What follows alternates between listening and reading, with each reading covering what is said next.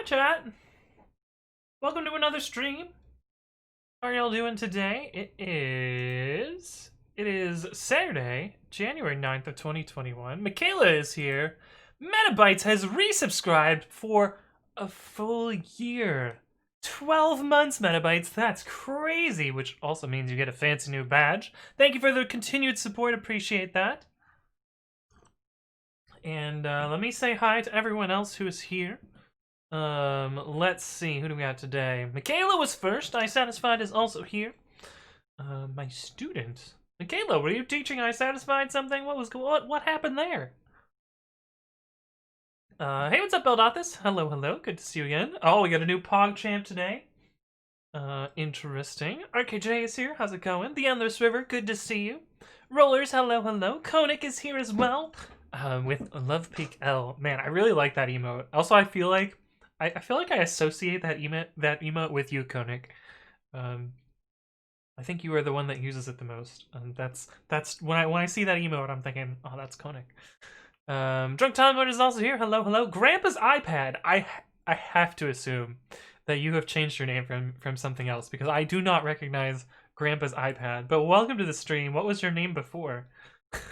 Advenchi is here. How's it going, Advenchi? Good to see you again. Welcome back. Metabytes, of course. No one remembers me. Of course we remember you, Advenchi. You've got that big fancy Bits Leader 1 badge too. Although I'm surprised you haven't changed it to the 10k bit badge.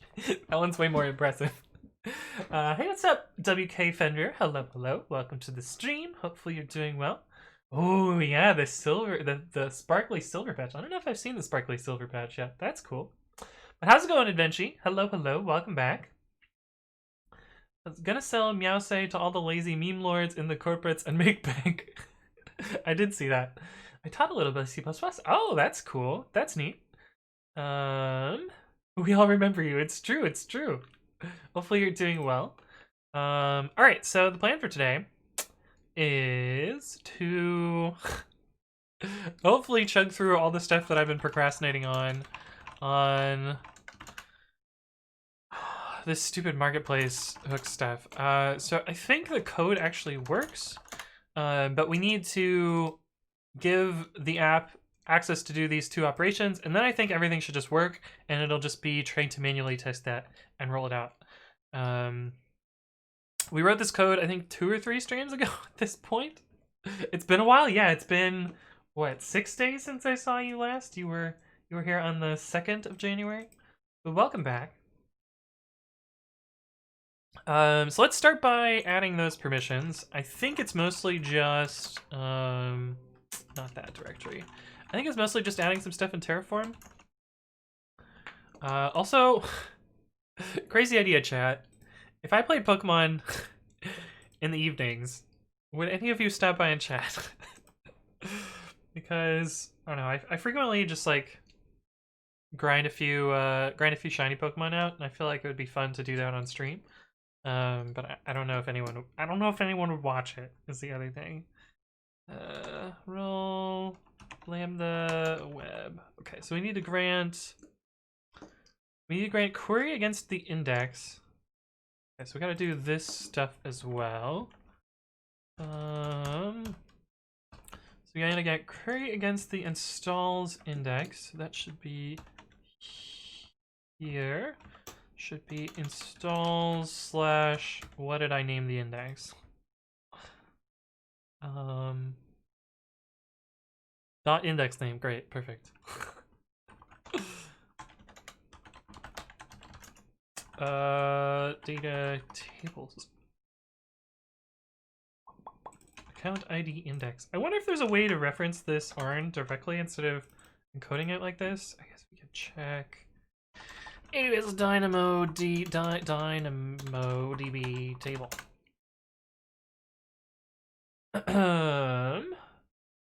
Halo would always come. I mean, maybe join, although that's super late for me. I see. I'd stop by and just like chill in the channel. Sounds good. Eventually says, have to go, gotta get groceries. Sounds good. I'll see you around. Usually on later. Anyway, nice. The last Pokemon stream was awesome. There were also like 30 people, which is quite good. Yeah, it was pretty fun. Time says, I'm currently working on writing a usable chat app. I've added caching, incremental message loading, double tap to like. Currently looking into S3 sign URLs to upload images. Oh, cool. Well, thank you for stopping by, Adventure. It's always good to see you. Let's see. Argument reference. Where's the... A note about attributes. Only define attributes on table. Yeah, okay. That's the Dynamo attributes, not the Terraform attributes. It's actually a practice project. I'm eventually planning to kill WhatsApp. I think WhatsApp is sufficiently killing itself at the moment. I satisfied says, what did I miss? I had to finish a Saturday work meeting. Saturday work meeting? Ugh. It looks like they don't give access to that attribute. I think I looked this up before now that I think about it. Yeah. Okay. Alright, so this is what we have to do for that. So we need to give Corey to this. We also need to get update item. Oh. Why do you already have permission to do update item? This is a this was a bug. This table or this role should not have been doing update item on this this table, but it's okay. It's not like it's a big deal. Because update item didn't exist before this change, so I don't know what was doing that before. Hey, what's up, Barrow Bounce? Hello, hello. Absinthe says, I need to stop procrastinating and get Terraform working with XCP-ng Zen server, or migrate to Proxmox and get that provider working. I've not heard of XCP. God, XCP-ng. Oh. Look at these silly animations. Why would you animate these? Forum contributors. Oh.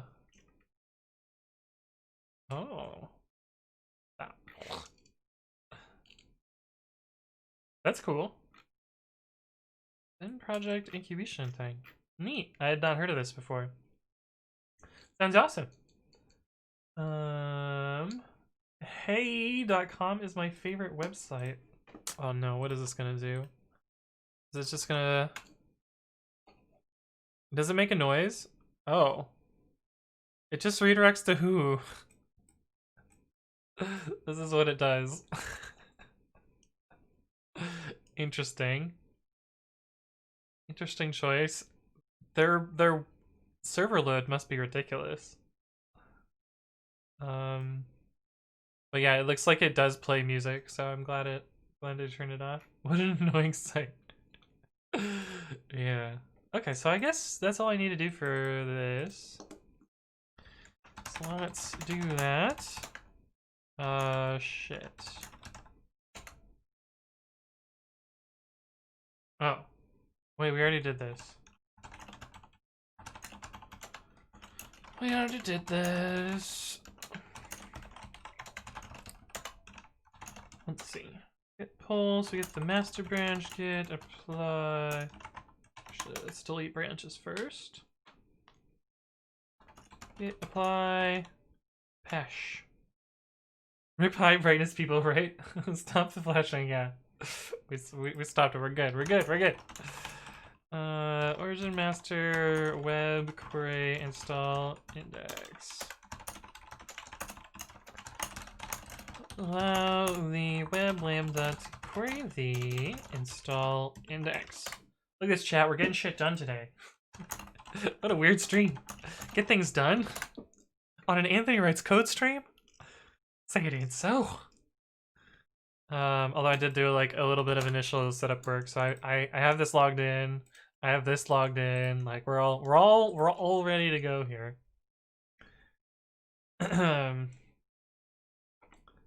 24 kids on it. Truly a sign of the times. Oh no. Oh, the XCP-ng site? Oh yeah. I see. Hey, what's up, David Hater? Hello, hello. welcome to the stream. Hopefully you're doing well. Made a script for deleting branches. I usually do some grep-v xarg stuff. Yeah, that's what the script does. The script is not the best written script. We'll put it that way. Scratch, Python, prune, remote branches. It's a giant shell pipeline. It is definitely subject to shell injection. Actually, the remote name would need to contain a shell injection, which I think remote names are limited to ASCII non-space characters. But I guess it has branch names in here, which can probably be space blatted. But I don't know. I would have to own myself in some ways to make this work. I could probably rewrite this to be less shitty, but it used to be a shell script, and I found that writing the shell script was much harder, so I just ported it to be a crappy wrapper in Python. And I can probably refactor this garbage at some other day, but I don't know. It works well enough for me right now. A poorly written script that might accidentally trash my entire GitHub repo? Sign me up. It's pretty well battle tested. This command here, very, very safe.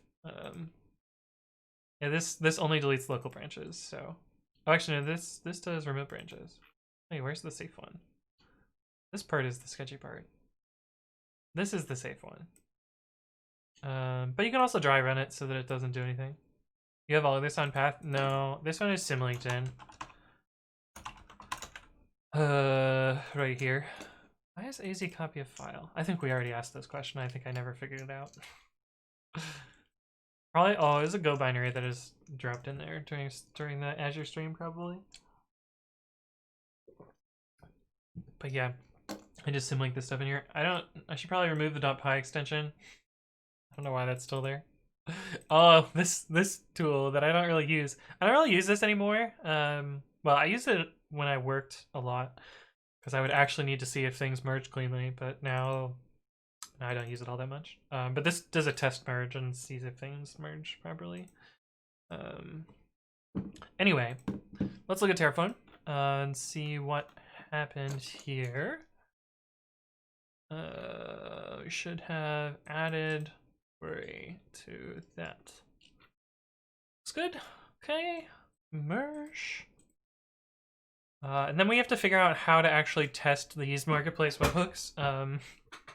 Because I was flipping through the admin panel for the app, and I don't know, like none of these tabs look like they're the right one, so I don't know what's going on there.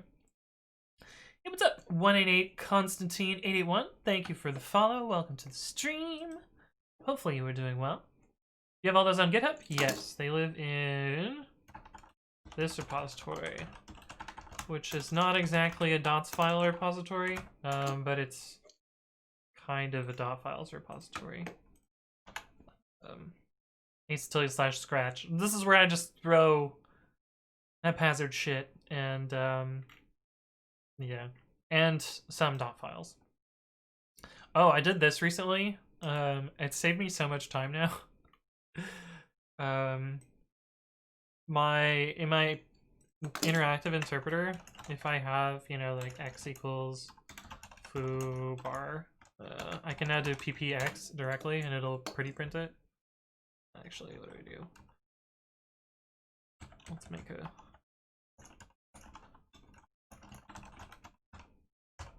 No, can't read that, but you can just do pp this. Interesting sorting that they chose there.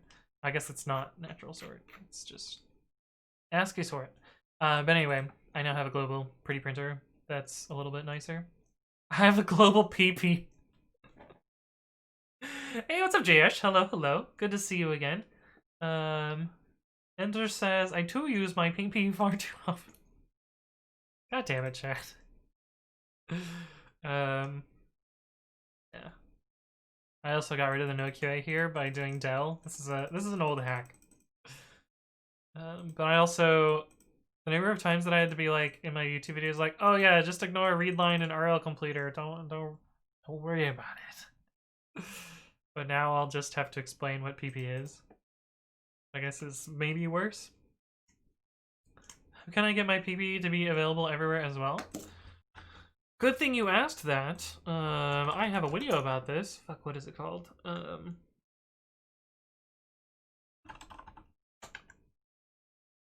Shit. Oh, there we go. Explains customizing. Yeah, look at the first one. Video 69. Nice.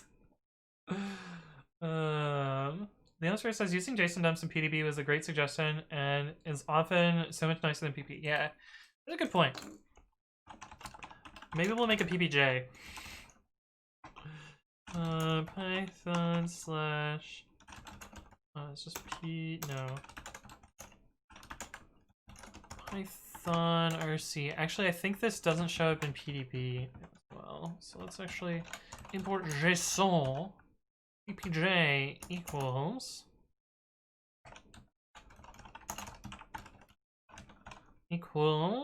functools dot. Actually, we'd have to.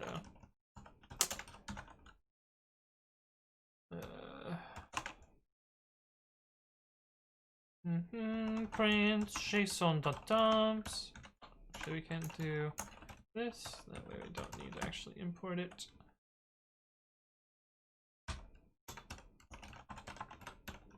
Actually, I can probably do the same thing for this.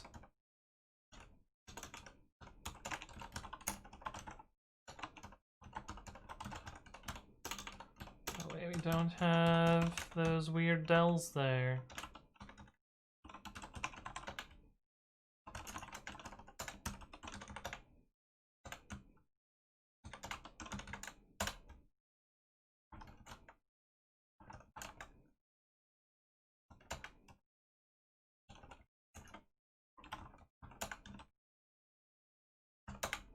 Hey! That's cool.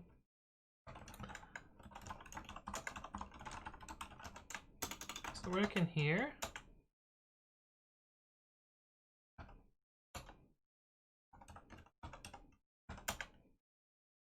I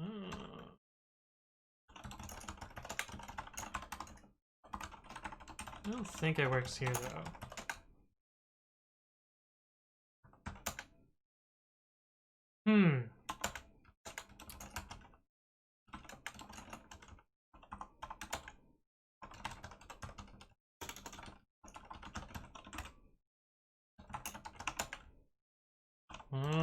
That's where we have to do that.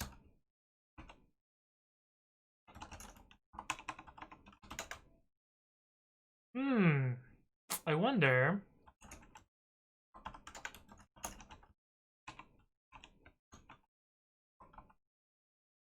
If I can do this.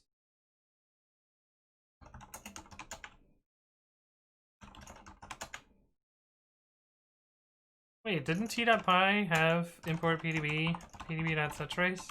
Isn't that a thing here? Syntax error, unexpected EOF while parsing. The name O is not defined. What the fuck happened here?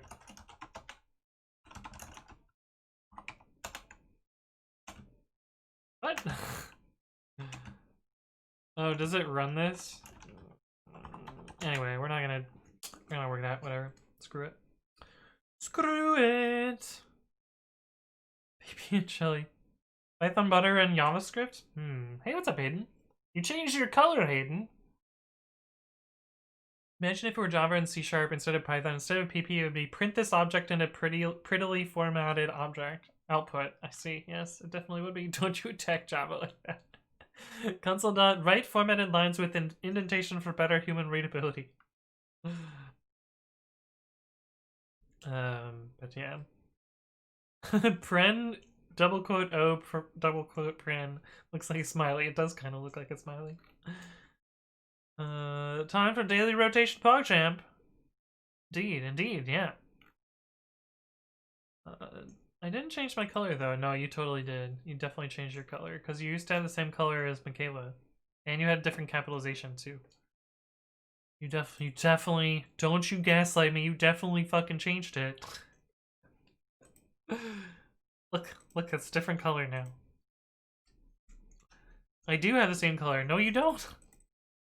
These are two different colors. See, look. Right next to each other. Two different colors.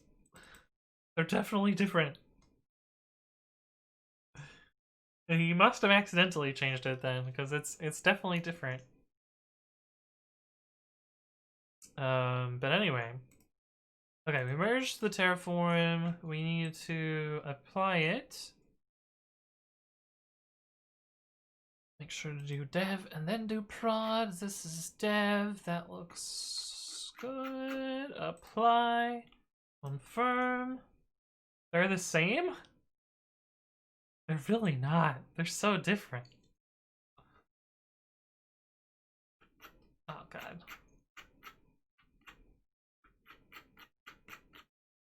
Alright. I'm gonna get Michaela. Here we go. Oh. There we go. See how this one's like a dark pink and this one's a light pink? They're different colors. They're close, but they are different. Oh, my chat's all the wrong size. Ugh. Maybe mine changed? No, Hayden's definitely changed.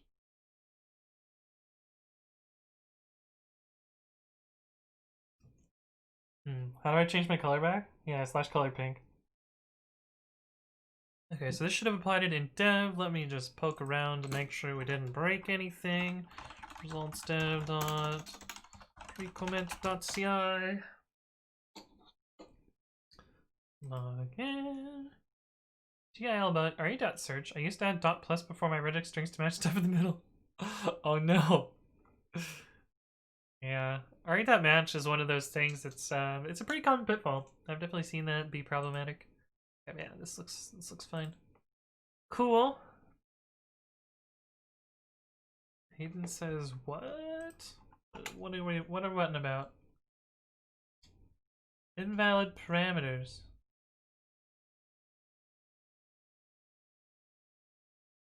Huh. Looks like they changed the color palettes. I think you want hot pink for the one that Hayden for the one Miguel has. More regex videos when? What do we want? I mean, I have a bunch planned.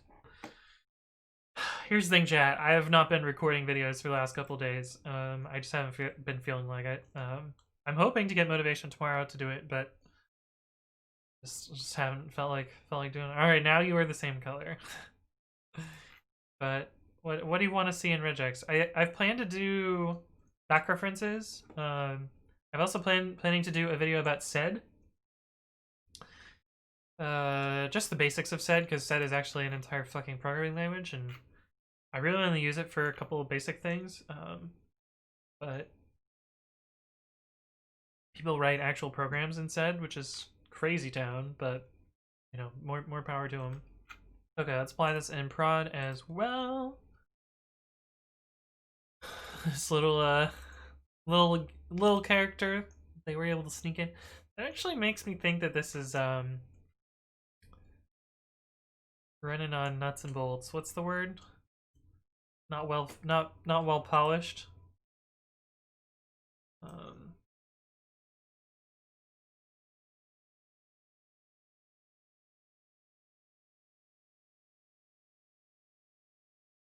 But yeah. Let's on with the sed video before the regex episode. Do you write your Terraform stuff in HCL2?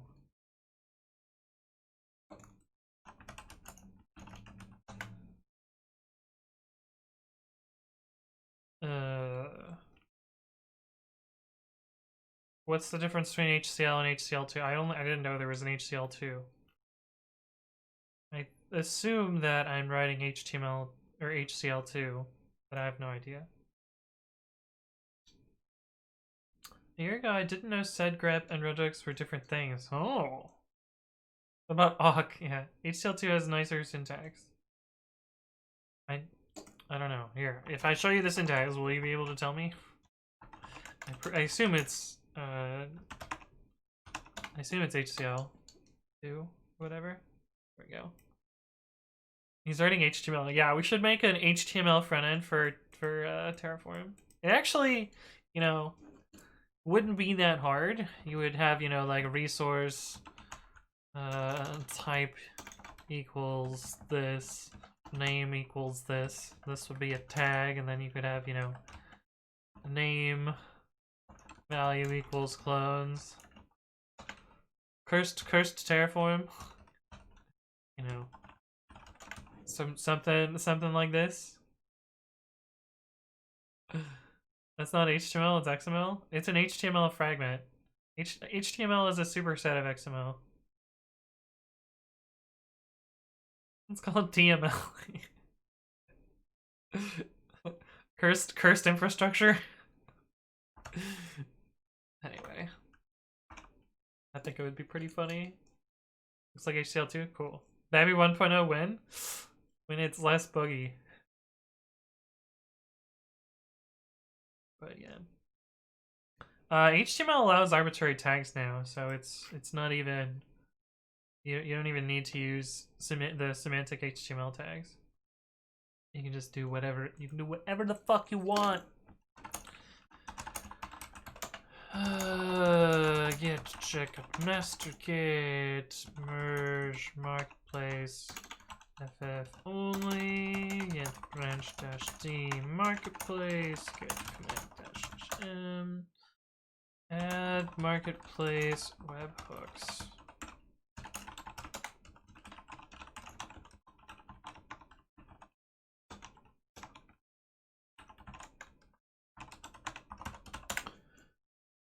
Alright, so let's build and deploy this, and at the same time, excuse me, GitHub app marketplace webhook.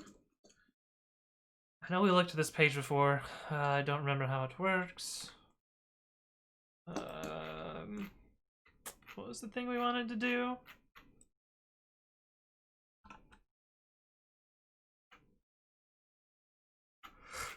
This is the actual webhooks part. This is not the page that I wanted.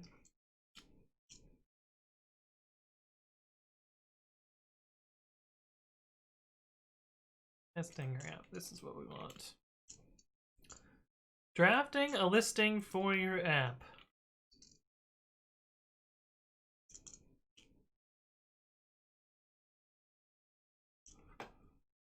Okay. So first I have to do the sketchy thing that I don't want to do. Okay, did the sketchy thing that I don't want to do. Settings, developer settings, GitHub apps, edit, drill down to the marketplace section. Oh. Okay, I guess I can show this on screen. What could go wrong, right? This is up here.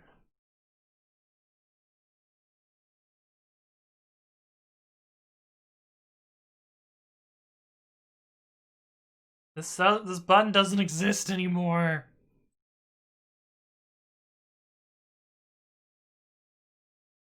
This button? Primary category, AI assisted.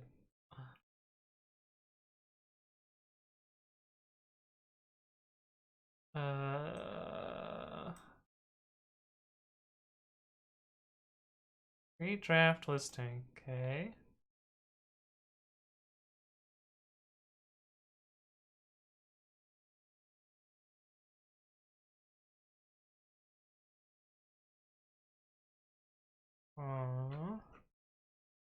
Create plans, here we go. New draft plan, pricing model. Oh, you can charge per user per month? That's kind of cool. That's kind of cool.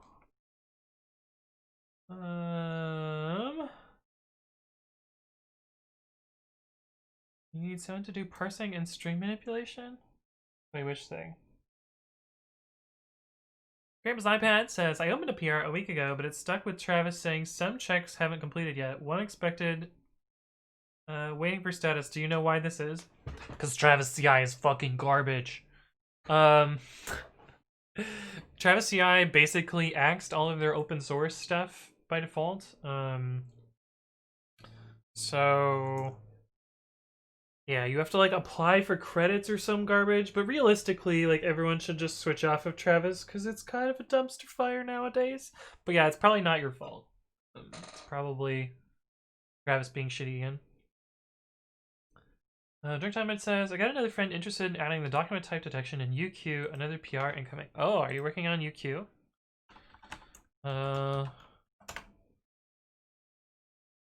It's like, oh, no pull request yet. Nothing has changed here. Yeah, UQ is pretty cool. Pretty cool. If the repo UPR to uses Travis, you deserve it for also giving some better CI. Oh no. Listing is a noun. English is broken. It's true. Hey, what's up, front left by the speaker? And MSR. How you both doing? Welcome back. A listing. An item in a list. An item in a bag. A bag. Yeah, English is messed up. I used Circle CI for the first time the other day. What did you feel about Circle CI? I feel like it was kind of meh. I think it's okay. Okay, so plan name.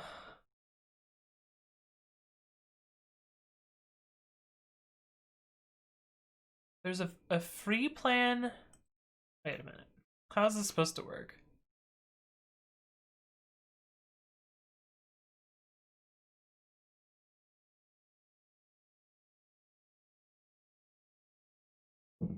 Do I need a free plan if I'm offering a free thing? I guess we'll include that. Free model. Personal and organization accounts.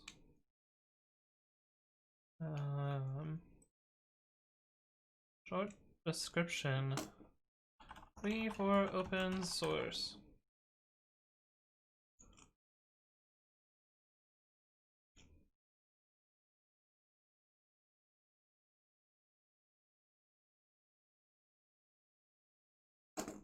Open source usage of pre-commit.ci will always be free.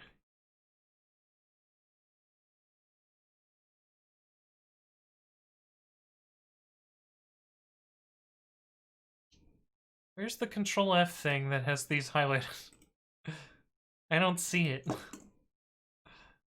There we go. Oh, you can preview it.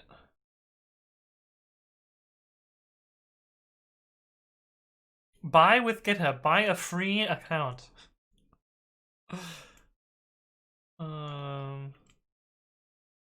Weird. New draft plan.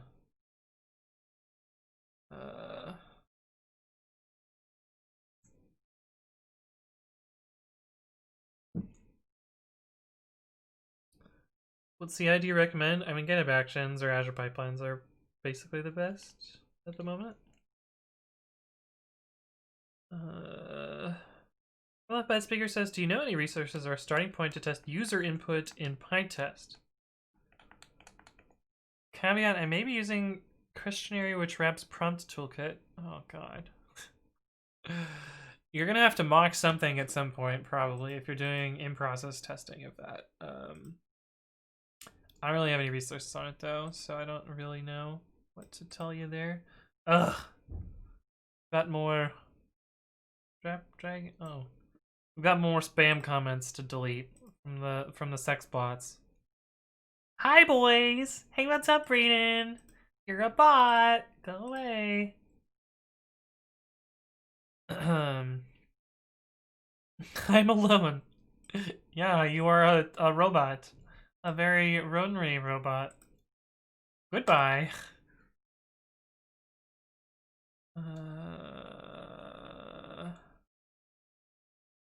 Well, anyway, the sex bots on Twitter, on YouTube.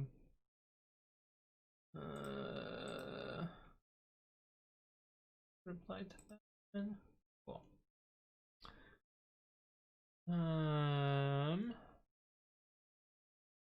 But yeah, I don't really have any specific resources beyond like you're probably gonna want to mock it, and if you're dealing with questionnaire and prompt toolkit, you're probably, depending on what level you want to mock it at, you could maybe delete that. Set the plan name to open source here. Plans are displayed to the end user. Yeah, I know they're displayed to the end user.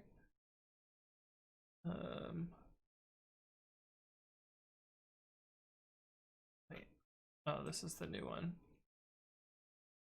This is you know what it will look like.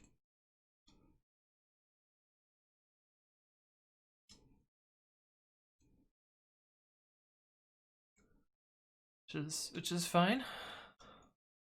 Open source maybe, it doesn't really fucking matter.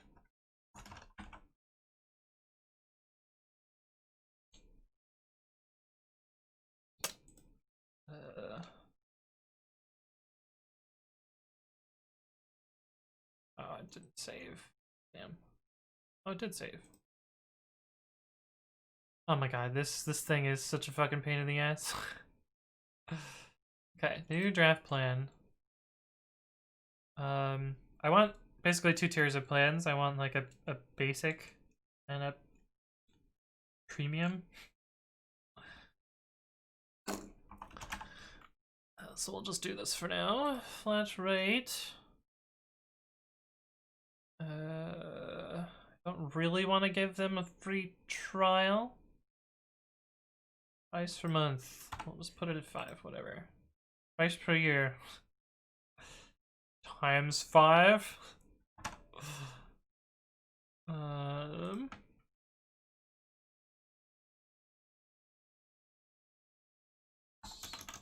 Suggested for individuals and small organizations.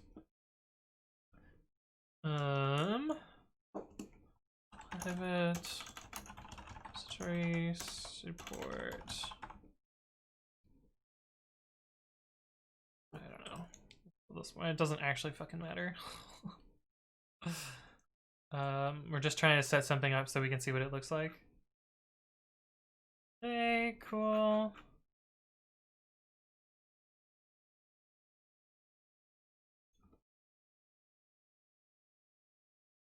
And we'll add another one. Premium. I don't know. Some arbitrary number. 12 times 7 is 1. What? 14 plus. Oh my god, why? Why am I 70 plus? It's 84, so it's 840. My brain fucking for this. What did I write for the other one?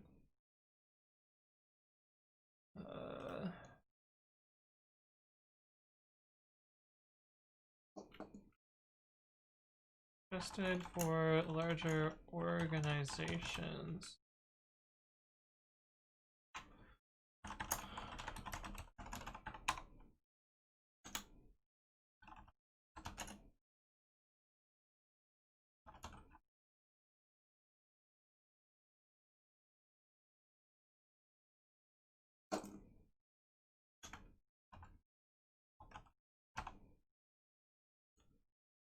Some shit like that. It doesn't fucking matter.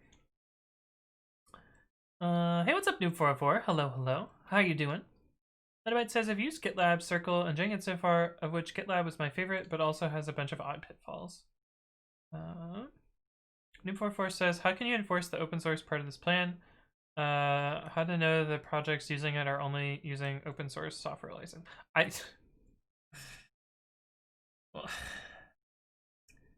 I think you're splitting hairs on the words of what I'm referring to as open source. By open source, I mean public repositories.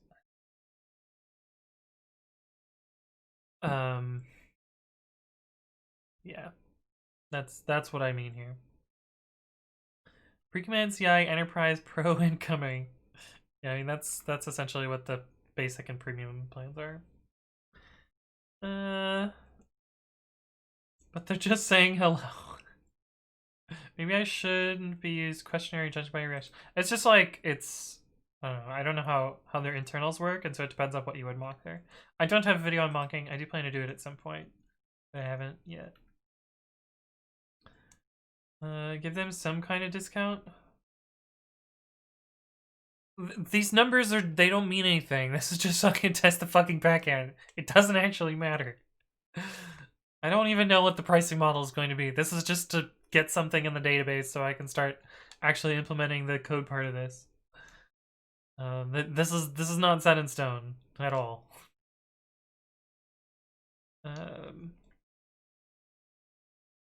There are 2 new plushies. They're not exactly. This one's pretty new. This one was a Christmas present from my brother. It is the substitute from Pokemon, and this sub's name is Bub. This is Bub. This is Reginald slash Leopold. Reginald slash Leopold's been around as long as, you know, these 3 have. Well, actually, this one is newer than oh god, what is her name? Oh, this this one is named Pumpkin. Which lol. This one is named Ty. And this one's Zach or Zane? I can't tell because my tell is the left ear, which is currently under Ty. I don't know whether it's Zach or Zane, but it's either Zach or Zane. And of course there's Carpet and Lola chilling out there. But yeah, Bub the sub is pretty new. Is he setting pricing? No, I'm just kind of, you know, garbage, you know, picking some placeholder numbers for now. I only want pre-commit.ci, Pro Enterprise Plus Premium Platinum Silver Bullet Edition Limited. Plushie Invasion 2021, right, MSR? Numbers don't mean anything. Are you some kind of theoretical math magician? 420.69. Hey, what's up, Steve of Bandito? Hello, hello. It's still have Reginald. Bub the sub, do we also have Tom the dog? Yeah. Something like that. Okay, anyway, save draft. This means we should have plans now.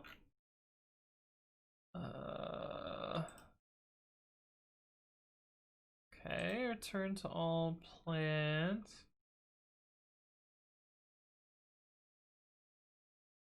What the fuck?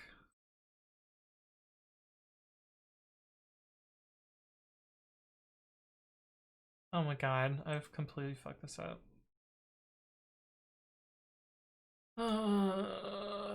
Applications configure marketplace.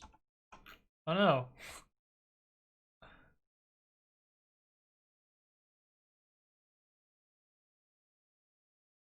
Oh, I did the wrong thing. This is not what I want. I want developer settings. This is my installation of .m. Here we go. Marketplace. This. Why are you not green?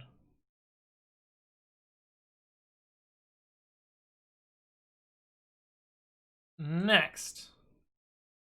Set up a webhook.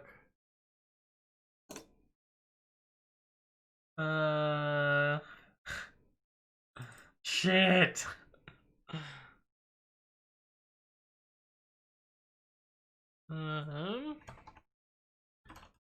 dev.precommit.ci. So I have to test this in prod because we require SSL and verify certificates. So that's annoying. And y'all are gonna look at my face for a bit while I set the webhook secret. I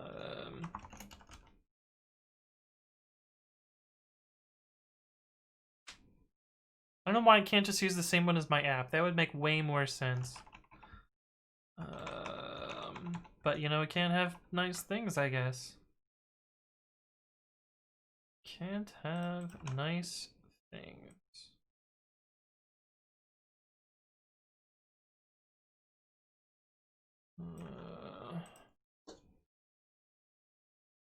You'll deliver event details when this hook is triggered.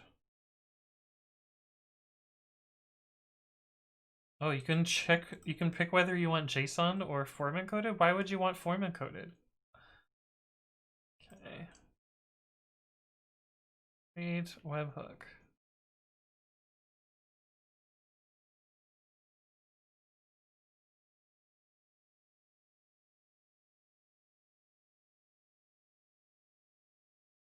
Oh my god, this shit is so fucking whack. Okay, I can put my face back now, I think. Let me make sure I closed everything. Yep. Hello, I'm back. I wonder if GitHub allowed. No, they don't. They don't. There would be no way to actually check that. You need PM for this wide range of products. Product manager? Yeah. Jira anxiety. Oh no, anything but Anthony's face. Use me, you don't need SSL at proxies. No, I'm good. I can just test it in prod. I don't expect this to be that complicated.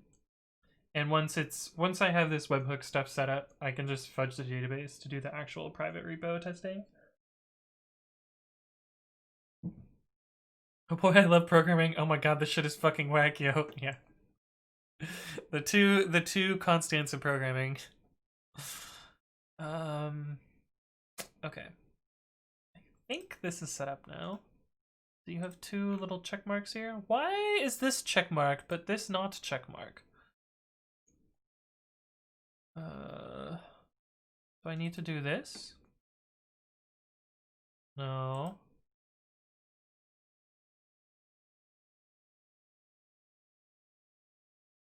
Once you create a new draft listing, you'll see an overview of the sections you need to visit before your marketplace will be complete.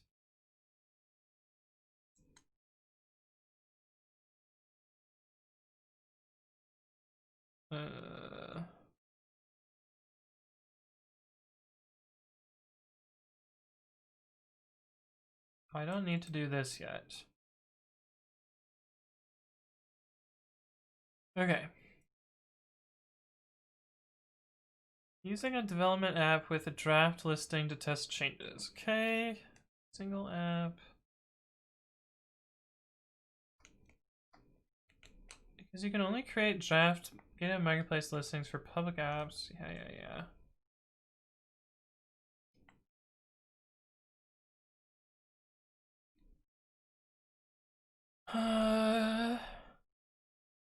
Do not make test purchases with an app that is live in the GitHub Marketplace.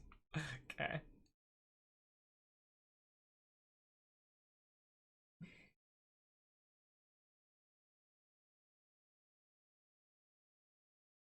Okay, so in theory, I should be able to go...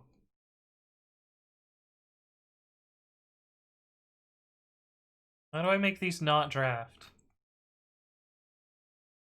By clicking this button? I guess?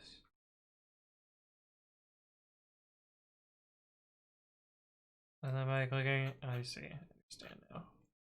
Publish. Okay. And...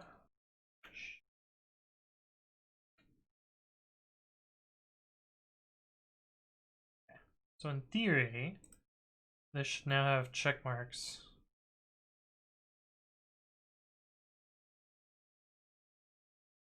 Oh my fucking god.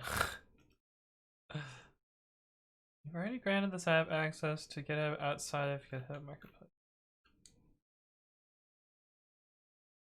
Okay.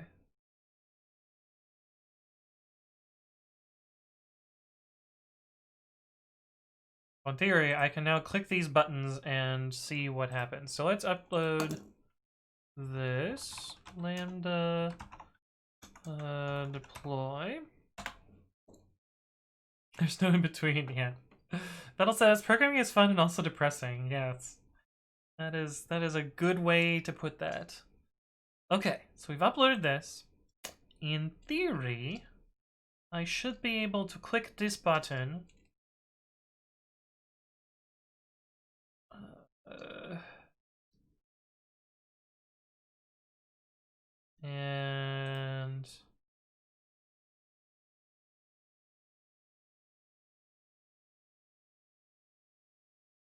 Click this button. Continue. Please add a payment. Oh god, is it really gonna make me sign into PayPal? Fuck me.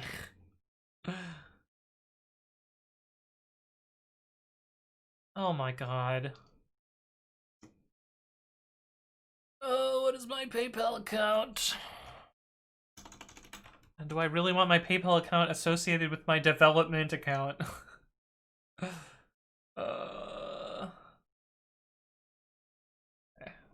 Well, I don't really want to show this information, so I'm gonna be in selfie mode for a bit. Yada yada. How's it going, chat? Just signing into my PayPal. Again. Gonna send me a 2-factor code. Yes, yes. Type in the 2-factor code. Continue. JSON. Oh god, I'm so glad I didn't show this. Agree.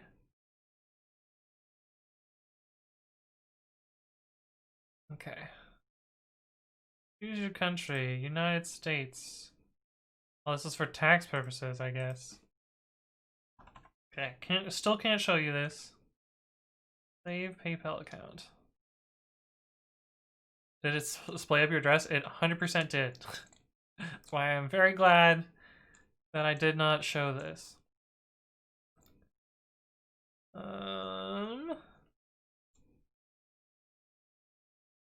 Big yikes, yeah. Complete order and begin. Yes.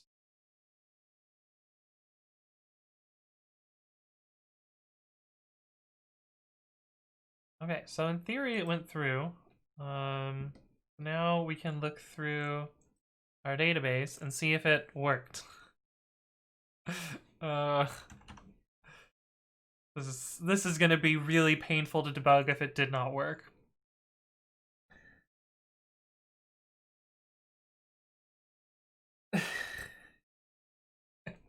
It's true from Left by Speaker. Thank you for the bits. I'm glad you appreciate when I say JSON. Let's see, tables, installs, items, plus. No, it still says plan is null. Bug. Okay, that means it didn't work. Let's see if we can look at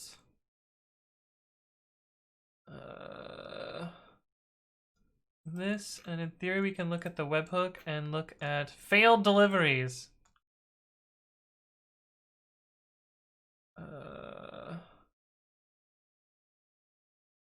Response was 405.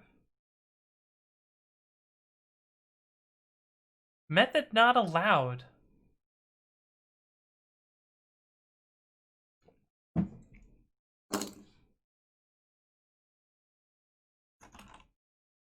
Once the music has stopped, please continue. Method not allowed? Oh, I used the wrong URL. It just posted to the root URL. Fuck. This should be slash. I think it's slash GitHub slash payload. I should double check that though. Auth callback GitHub slash payload. Yes. Okay. Update. And it sent it twice. What was this one? I think we'll just redeliver both of them. Redeliver, yes. Also a failure. And we'll redeliver this one. That one succeeded? Okay, what are you?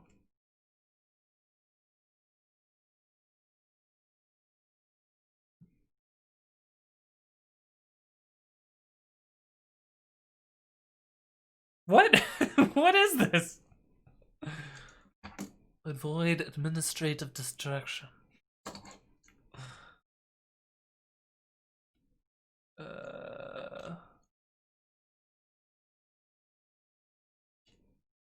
What are you? GitHub event ping.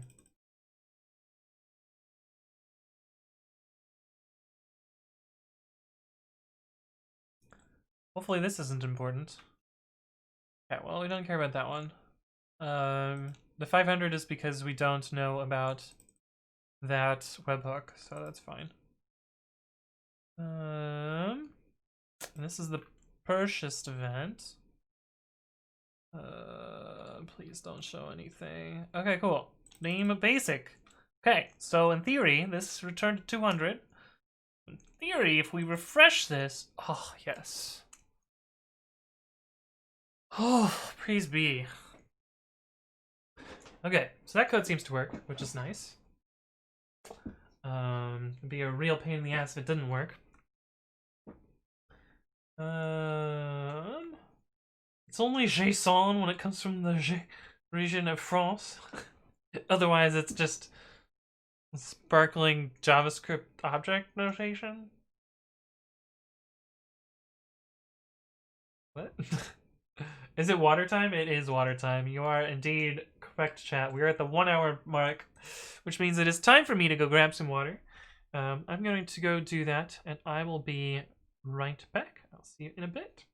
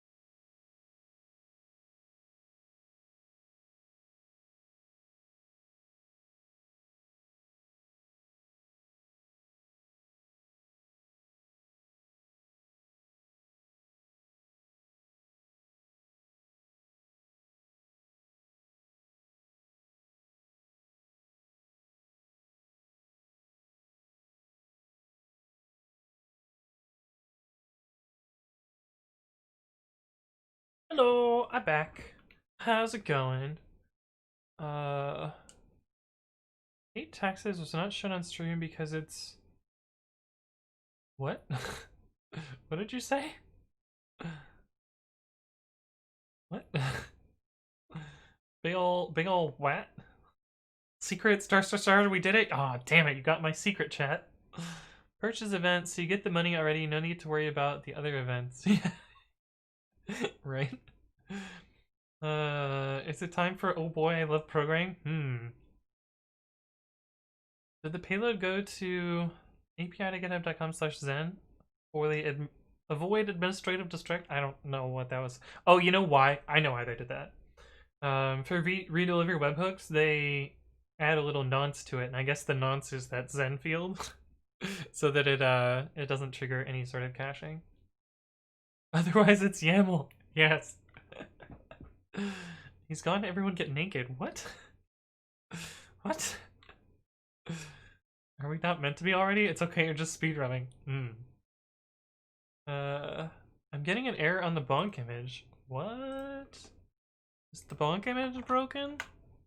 It's still working for me. It's probably DNS, OpenDNS that banned it again.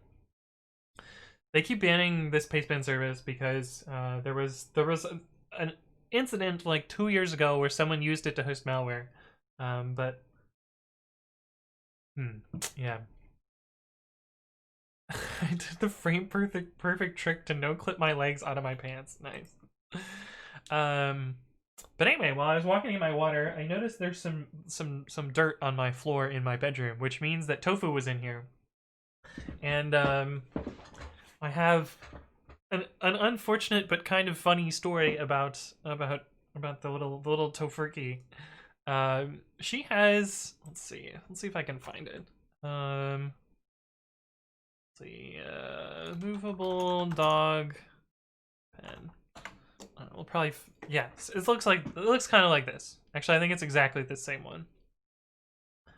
I don't know, maybe it's not, but you can see how it has these little latches here, and so sometimes we put Tofu in her pen and, you know, latch it up so that we can go to, like, I don't know, that we went to the grocery store, we went to Costco. Marsma, thank you for continuing the gift sub to my satisfied. Appreciate that. But anyway, so we latched up her cage and we you know, went to Costco and did all that. And unfortunately, Tofu has learned how to open these fucking latches. And so when we got home from Costco, we opened the front door and Tofu was just like sitting there waggling her little tail like, "Oh, I'm so happy to see you. I thought you were dead." It's like, Tofu, how the fuck did you get out of your cage? What happened here? But apparently she ran around the house and had a good old time. Pie Project! Thank you for the raid! Welcome, raiders! For those of you that are not following the Pie Project, you should give them a follow and check out their stream when they stream. What were you working on today, Pie Project? I assume you'd finished up the Walrus stuff. I assume you're working probably on the, I don't know, the dick comprehension stuffs, or what were you working on? But welcome. It's good to have you. But yeah, let me catch up on chat. Tofu was a dog? Yes. It's a little corgi pupper. Let me see if I can find you some photos of the corgi pupper. Yeah. So Tofu has an Instagram. Here's Tofu's Instagram if you want to check out this cute little puppy. But yeah, there's Tofu. Here's no. Well, you can't view things on Instagram without an account. There's Mel. But anyway, Tofu, Tofu the little corgi pupper. But yeah, Tofu has learned how to get out of to get out of her cage, which is wonderful. Fortunately, I don't know if this one has it, but there's like a little secondary latch, and hopefully Tofu won't be able to figure that out. J.E. Pratt, thank you for the resub, 9 months, which I think means you get another fancy badge too. But thank you for the continued support, appreciate that. Welcome back, it's good to see you. Pie Raid, says Julian. How you doing, Julian? Welcome back, good to see you. Is it possible to view Instagram without an account? I guess not. I just keep getting directed to login page. Ugh, that sucks. You can't zoom in. I just never do that because F Instagram. It's true. What did Tofu break during her adventure? So, as far as we can tell, she didn't chew any of the cables, which is good. The only thing that I know that she moved was plushies. So she found the plushies and had a good time with the plushies, but other than that, I think she was mostly a good pupper and just walked around the house and waited patiently for us to come home. But yeah, there is, you know, I guess there is there's a little bit of dirt and mud everywhere now as well, because Tofu, I don't know about corgis, but they have these little teeny tiny legs, which means that sometimes their underbellies scrape on the ground, and this means that they get real dirty and track mud everywhere. So That's why. That's why I noticed and why we had this little story time about tofu. But yeah, that's that. Okay, so this worked. Let me make sure that I've deployed all of the Terraform. And then we will deploy the app, and then we'll start working on the actual private repo stuff. So this is just the webhook stuff. I'm happy with that. That stuff's going well. Well, we know dev works because we already ran it and it worked. Prod completed. Cool. All right, so that means I can deploy this to prod. And add marketplace webhooks. Let me just review the code, make sure everything looks fine again. We did the backfill last stream. We added update protocol back. We added this back to both of these. And these are the two webhooks that we care about, which is purchased, changed, and canceled. I guess we should change it and see what happens. Let's do that. How do I do? How do? This. Edit your plan. We will change to premium. Due today, prorated. Oh, that's cool. There's automatic proration. Issued plan changes. Immediately.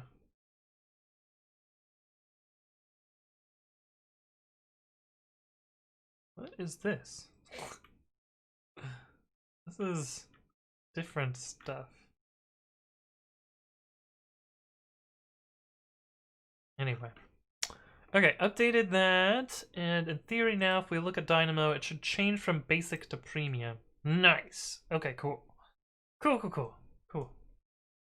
The quirky underbelly, yeah. Friend left by the speaker says, I was wondering when should one prefer generics like sequence or mapping when typing instead of probably likely stuff like dict? Sorry, newbie question. No, that's fine. So the rule of thumb that I have seen is if you are providing an API in a library, so some sort of interface that other people are going to call with user space code, and that particular API supports anything more generic than a concrete type, then you'll want to use, for the parameters, you'll want to use the more generic interfaces, things like mapping or mutable mapping or sequence or mutable sequence. For return values, the rule of thumb that I've seen, and the reason for that is it allows people to be, I guess I should do a video on this. Video idea, generic versus concrete parameters for APIs. Hey, what's up, Maddie P? Thank you for the follow. Welcome to the stream. I assume you are the same Maddie that works on PyPy. But welcome to the stream. Glad to have you. Yeah, so I should probably do a video on this at some point. Bpez, thank you for the follow as well. Welcome. It is you. Awesome. Well, welcome. It's a pleasure to meet you. Yeah, so for parameters, you want to have the most generic interface such that people can call your APIs with whatever sort of data to make it, as lenient as possible. Now, for return values, I've actually heard the opposite suggestion in that you should suggest that you should annotate with a concrete return value unless you want to limit the API used by that return value. And this gives callers the most flexibility in how to use it. There's also similar advice for like unions, like returning a union is not so great because it puts a bunch of burden on the caller to unpack that union and figure out what the actual type is in it. But that's, I guess, kind of just a general API design problem and not really specific to typing. One example where returning a specific subclass or a specific type that's not a concrete type is where you want to limit the API. And let me see if I can find an example of that. All repos grep import mapping in Python files.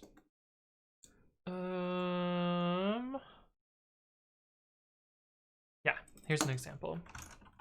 Repos ace tilly babby Babby fdict. Oh, I could also do here. We'll look at these ones as well. This one might not actually be.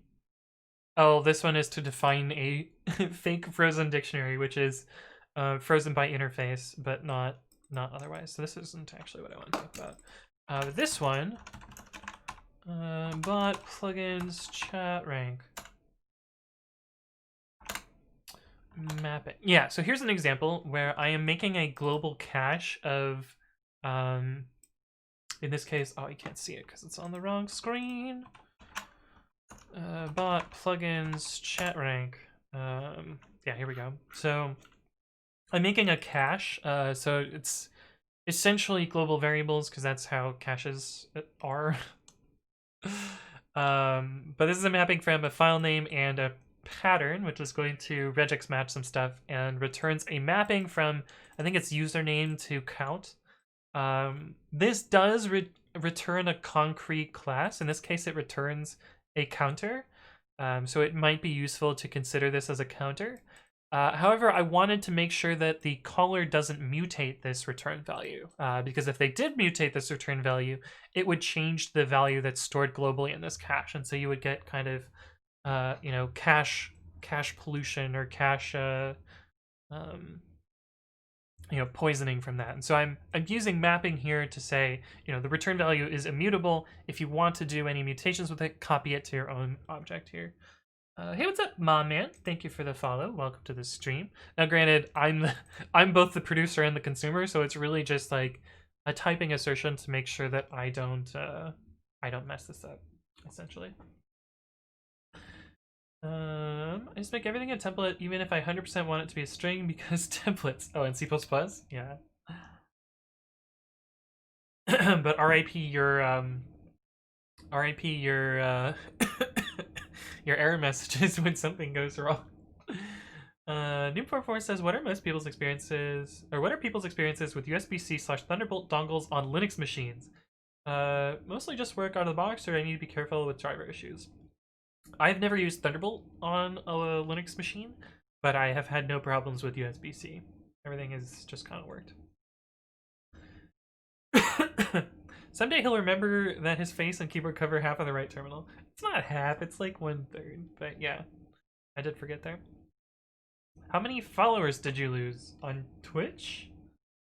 My follower count looks about the same. I guess we could look on Social Blade. I don't know why. I don't think I lost any followers. Is that a thing that happens? Twitch. Anthony writes code.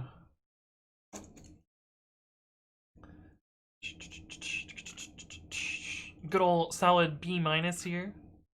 I lost 3 followers on Wednesday, apparently.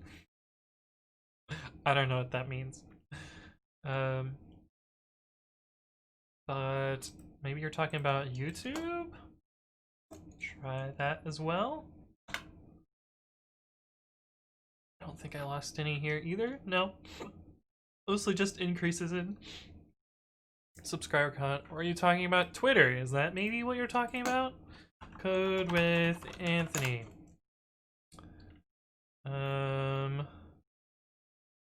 0. No follower loss over the last few days. I guess I lost 2 followers on December 30th. Oh no. I don't really care about Twitter. It's mostly just like, you know, shit posting and stuff for my YouTube and Twitch channel. But no, it doesn't look like I lost anything there. Many people from Twitter lost a bunch. Oh. I mean, I didn't lose anything. Run by the speaker says, makes a lot of sense actually. The latter part I understand a bit less, but maybe if you make a video about it, I'll understand it better. Thanks a lot. Super interesting answer. Yeah, no problem. Happy to do that. Any luck with the job hunting? I got a response back from the place I interviewed at, and it's I don't know. I've never received a response like this before, so I'm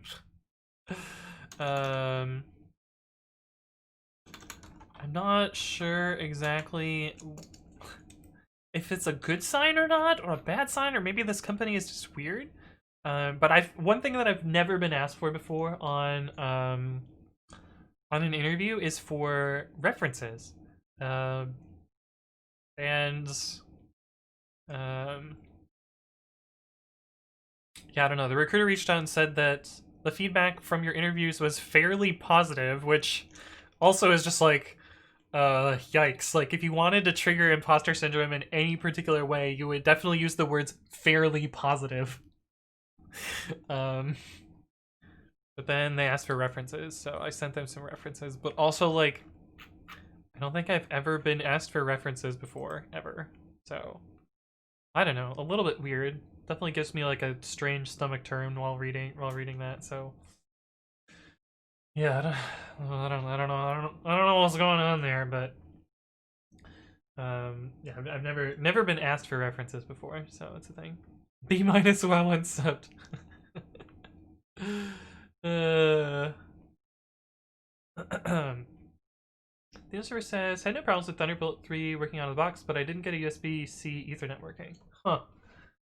Interesting. Robin says, yes, I still have more followers on Twitter, winning from a streamer at least on one platform. Yeah, I mean, my Twitter isn't... It's most... I mean, some of it is useful tech insight, but most of it's just... new YouTube video, new stream.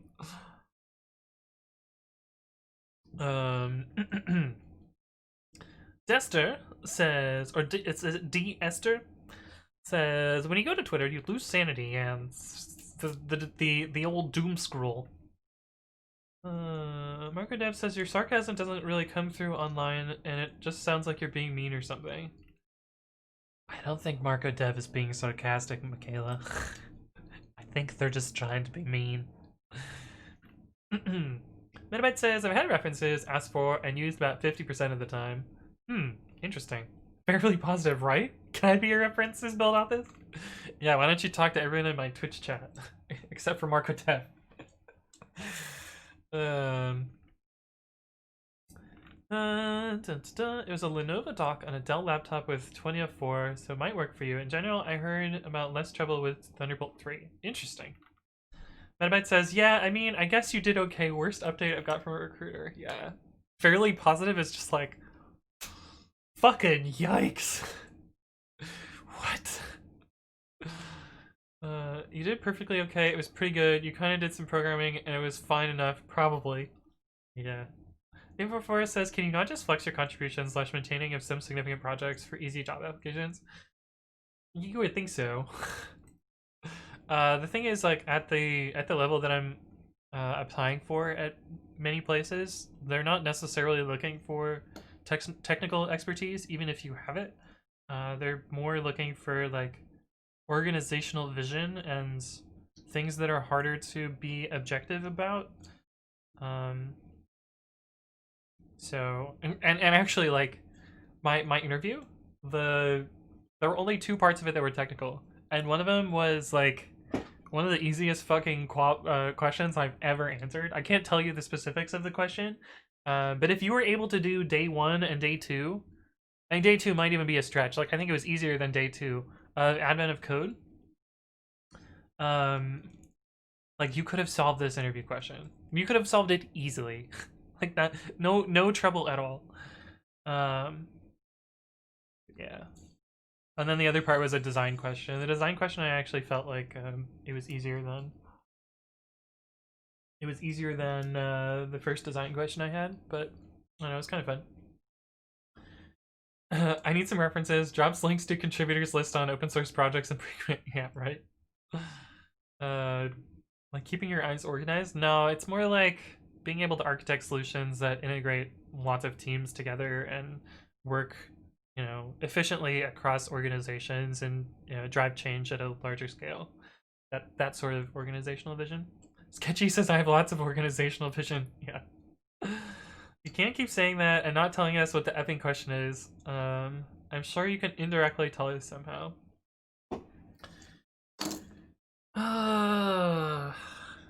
Let's see if I can come up with a question that's similar but different enough. The thing is, every problem has, a derived problem that's of the same complexity but is different. Speaking of interviews, I had to give a presentation on whiteboard questions for a local software school the other day with 2 days notice to make it. I got asked to come back and do it again in a few months, so I guess it went okay. Nice. That's something. That's good. Managerial junk? Yeah, it is in some ways managerial junk. You as you move up, you kind of lose some of your technical hat and have to put on manager hat more often than you would necessarily like. That said, this company did say that even at this level, some take on different roles. Some of them are more the like hardcore technical people, and some of them are more of the like hardcore, you know, organizational, etc. stuff. Maybe a dumb question, but why is it not okay to tell the question? I've never been in such an interview. So, companies frequently, well, almost every company that I have ever worked for or interviewed at, they have a question bank, so to speak, which is that all of their interviewers agree to ask a series of questions from a list of pre-approved questions. And you know, if you knew the answer, if you knew all of the questions before the interview, you would necessarily you would be able to memorize all the solutions and not actually be engineering a solution, an answer to the question. You would just, you know, regurgitate the answer, and it doesn't really show any knowledge of that. Which, to a point, like I think in some ways, programming questions and interviews are kind of garbage. Like, there's not that many concepts of questions, and I mean, if you're good at the concepts, you can solve all of them, but you could also just memorize all of them. And there's probably like 100 or 200 questions that are mostly the same question. So yeah, they basically want to protect the integrity of the interview, which it's already compromised to begin with, but you know, it gives them some amount of semblance for people that are less likely to cheat. So yeah, that's why. I mean, and in a way, like I was the author of a lot of these questions at places that I worked at. Like one of the questions that was the most popular question that was asked at Yelp was one that I came up with. And I hope they still don't ask it, because it's it's plastered all over Glassdoor and whatever the other equivalent websites are. But and I can actually tell you about the concept. I'll tell you about the concept of that question. I actually think that question is way harder than the one that I had to answer for my interview on Tuesday. And in order to talk about that, we need to find a business page. Wing Slut. What? They're just like, fuck it. We're gonna call our restaurant Wing Slut. Great. what an amazing restaurant name. Okay, cool. So you can see here how business has hours, and they have open and close times. And a lot of the data that Yelp, or a lot of the data that you see on business pages, Yelp either purchases from other companies, or it's imported from other sources. And that data is not always, well, and some of it comes from users. And not always is that data high quality. A lot of the times it's pretty fucking garbage. And one particular thing that we had problems with at Yelp is sometimes businesses would have hour segments that were contiguous next to each other. So like in this case, 3 to 8 p.m. might actually just be 3 to 5 p.m. and then 5 to 8 p.m., but it would show up as 2 entries in the input data. Sometimes it would be 3 entries, so it might be like 3 to 4 p.m., 4 to 5 p.m., 5 to 6 p.m., 6 to 8 p.m., or something like that. And so with the problem that I tasked the interviewees, the candidates to solve here was to take in a list of beginning and end times, and because date times suck, we're just going to represent those end times as integers, and you will combine adjacent business hours. And so the problem might look like inputs equals 1 3 and then 3 5 and then 8 or 9 to 12. And so your expected should be 1 to 5 and 9 to 12, for example.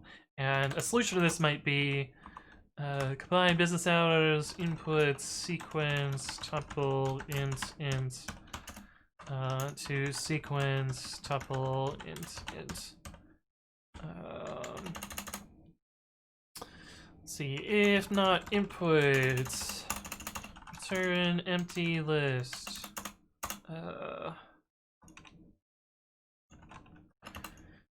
You know, beginning end equals inputs 0 for next bag, next end in. Actually, there's an easier way to do this. And I should do it on the other screen so you can see it. CBH inputs sequence tuple int.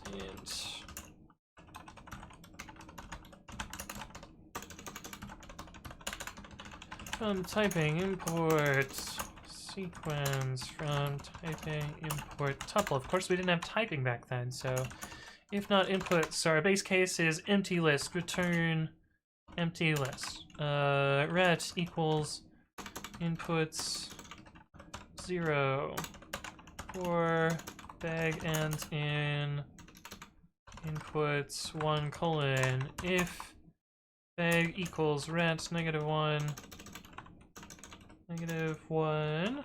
-1, then ret -1 equals 0, and else ret dot append backend return ret. So this is the entirety of that problem. Print cbh. Trivial case, and then another trivial case, and then a combined case, and then a double combined case, and then a not combined case.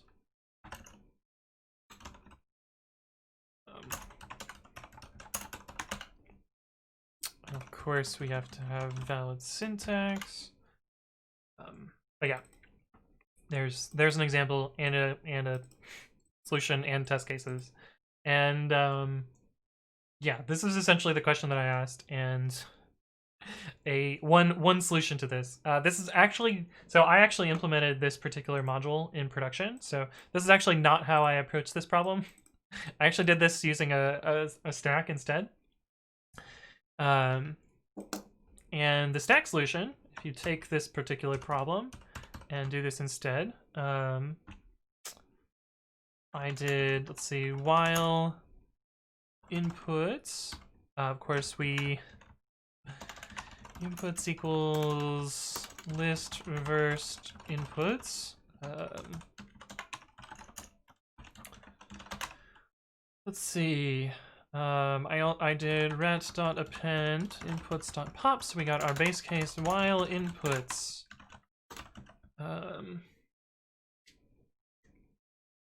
So we did last equals ret.pop, and next equals next item, last item equals inputs.pop. I guess we could do last B, last E, and next B, next E. Updated version! Thank you for resubscribing 3 months in a row, and 7 total. Appreciate your continued support. What does CBH stand for? Oops. CBH is combine business hours. It's in quotes, so it doesn't look as ambiguous. Actually, just put it in a comment. Combine business hours, that's what it stands for here. And so I did, let's see, if last E equals next B, then ret.append last B next E. Otherwise, ret.extend last B last E next B next E.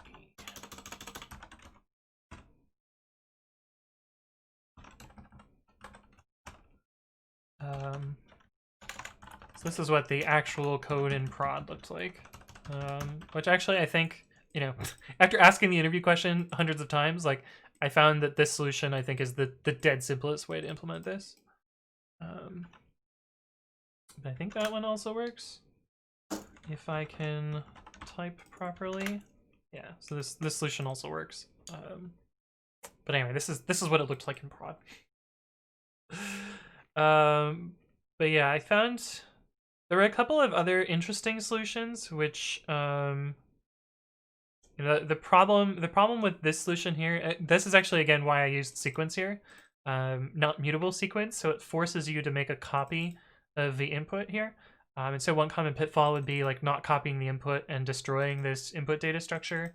There was also an extension of this problem, which is that let's not do wing slut. Let's look for 24-hour fitness, which is a great example of this being a little bit fucky. Of course, it's going to be closed right now. Yeah, this is a 24-hour fitness that isn't open 24 hours, so that's great. Gotta find one that's actually open 24 hours. Also not 24 hours. You would think if they were called 24 hours fitness that they would be open 24 hours. This one also isn't. Am I not going to be able to find one? Motherfuck. Also not. God damn it. Anyway, so there's the problem with, wait. They now have 15-minute increments on this? Interesting. Major Threat! Thank you for the follow. Welcome to the stream. Hopefully you are doing well. So anyway, there is a problem where you have to represent things that stop at midnight versus open at midnight differently. So you would say like, you know, open from midnight to midnight or midnight to 4 a.m. or something like that. Maybe Taco Bell? There aren't any, not in San Francisco, there aren't any 24-hour Taco Bells. Otherwise, I would know about them. What's up, Godwo? Thank you for the follow. Welcome to the stream. Hopefully you're doing well. Oh my god. Okay, let me catch up on chat, because I've been reading chat for a bit. They cycle them out if they get leaked. Yeah, that's true. That's true. Basically, on Monday evening, the volunteer coordinator messaged me on Slack. It's like, hey, somebody canceled, but we've already got this topic on schedule for presentation. Mind filling it? Oh, short notice. Rasmus, thank you for the bits. Appreciate it. It's going well. Thank you for that premium chat there. Are you allowed to say what the question at Yelp was? I don't think they use it anymore. It's been 10 years since this question's been asked, so I hope not. And, you know, it's been leaked so many times that I don't think it makes a difference that I'm going to do this, so. Yeah, Wingslut, right? BonkYelp.com, yeah. What is their rating like for Wingslut? Wingslut. It's also really weird because I used to have a manager named Wing. Opened 4 weeks ago, 4.5 stars for 9 ratings. Huh. Good old Wingslut. BRB applying for a job at Gilp. We didn't have typing back then. Yeah, this is a long time ago. When did typing become relevant by then? Probably about last year before. Kimmy GW says, every time I see problems with intervals, I look at window functions. You actually don't think this is a good problem for window functions, but it is an interval question. Huskground says, you always had to do a lot of typing in Python, i.e. typing your code. ret.append backend. Off to Hobbitown we go. Indeed, indeed. Can you talk about the logic instead of pew-pewing the code? Yeah. Yeah, for sure. Which means we get some MS Paint up in here. So we had, you know, inputs that looks like this, 2, 3, 3, 5, and then 6, 10. So the way the logic of this code works is we're building up an output. So we start with the output being empty, and we basically take the first item from it and put it into here, since we know that this one will have to work. Essentially what we're looking for from an algorithmic perspective is looking for cases where these 2 even numbers match. So like in this case, 3 and 3 match and 2 and 2 match. Another way that I've seen people solve this problem is to take this problem and untuple them. And so you just end up with a long set of 1, 2, 2, 3, 3, 5, 6, 10, like this, and just having like a long set of intervals like this. And you happen to know in this case that any duplicate numbers, because the original problem, and actually some of the data that we would get overlapping ranges, but the problem I simplified for the NDV to just have budding ranges. So actually, like a really, really dumb, silly solution to this problem is return sorted set n for top in, or I guess for top in inputs for and in top. This is actually kind of well, actually you have to segment it off into twos after this, but this is actually like a pretty dumb way to get you to the first part of the solution, and it's still in order n space though, so a little bit extra there. But anyway, that's the logic of this problem. Not too tricky. It's essentially asking, can you write a for loop and at least one piece of state variable. But yeah, well done. I mean, I asked this question hundreds of times. I implemented it in production. I know this problem like the back of my hand, so it's not really impressive that I'm able to program it. But cock and ball horticulture, yes, that's what CBH stands for. Coleman business hours. Hey, what's up, NSO? Hello, good to see you again. Vinay. WRYD. Word. What ruckus you doing? I don't know. What does WRYD stand for? Is this some new Zoomer tech that I just don't know about? Hey, what's up, Dave Emu? Thank you for the follow. Welcome to the stream. NSO says, I'm starting to play around with TDD at work. How do you feel about TDD?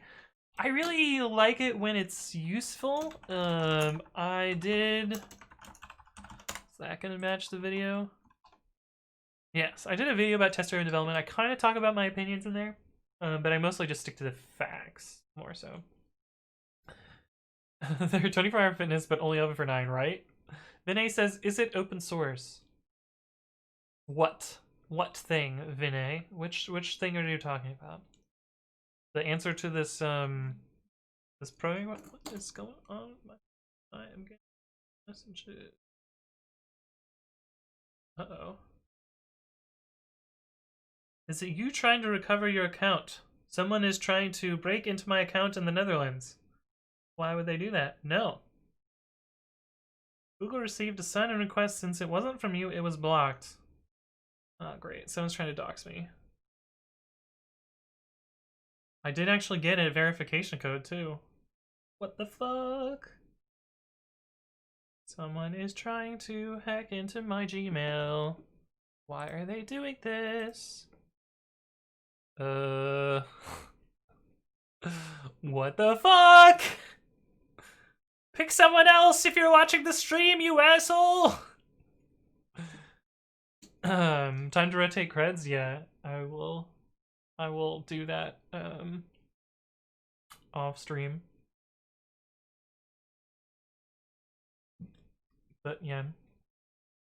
Rona times might not be open. No, the 24-hour fitness is very infrequently open 24 hours, which is interesting.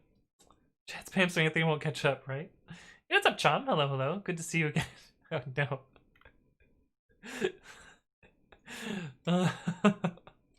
I'm not really in the mood for wing slut today. Let's go to lasagna prostitute instead. BBQ brothel noodle whore. Oh my god, these are all such good names. So wait, do we need to golf this question? I mean, you could turn it into some comprehensions. Incomprehensible comprehensions, yes. What's up, Mario? Hello. On the subject of typing, is there a video on circular dependency issues caused by type pins? The thought crossed my mind the other day when I bumped into it, although I ended up just avoiding that time around. I have not done one yet. Video idea circular types. You showed the email from PayPal a half hour. No, it's not. My stream Gmail, which doesn't matter because I don't use it for anything but like Twitch and stuff, and all of my passwords are different, so no, stop it. Let me try it again. Understand. People suck. People fucking suck. But yeah.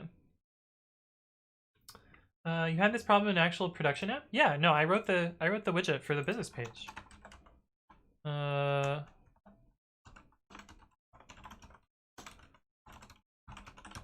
The code that powers this widget. Where is the hours widget? This widget here. The code that powers this, I wrote that code. So yeah, it was a very real production problem. That's why I did that. I do run into it when adding types to existing project. Yes. So generally the advice there is to use a import guard for type checking. All repos grep type checking.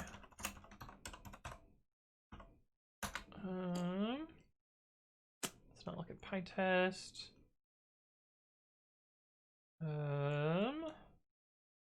I think this one is a cycle. Oh, there's one in Babby. This one is a cycle. So generally what you do for circular inputs is you can guard them with an if type checking. This way the type checker knows about the types, but it doesn't actually import at runtime. And so this is a way that you can use circular references. Of course, then once you do that, you either have to use from future import annotations or you have to quote your types. Yeah, that's what that is. Wait, talk about your opinions? Yeah. Codico, thank you for the raid. Welcome, raiders. How are you doing today? Let me give you a shout out to Codico so that my viewers can check out your channel as well. Stream pause time. Now, I'll probably just do it off screen because I have two-factor enabled, so it's not like they. I mean, I hope they can't get in, but you know, in worst case, they would reset it to my phone. So,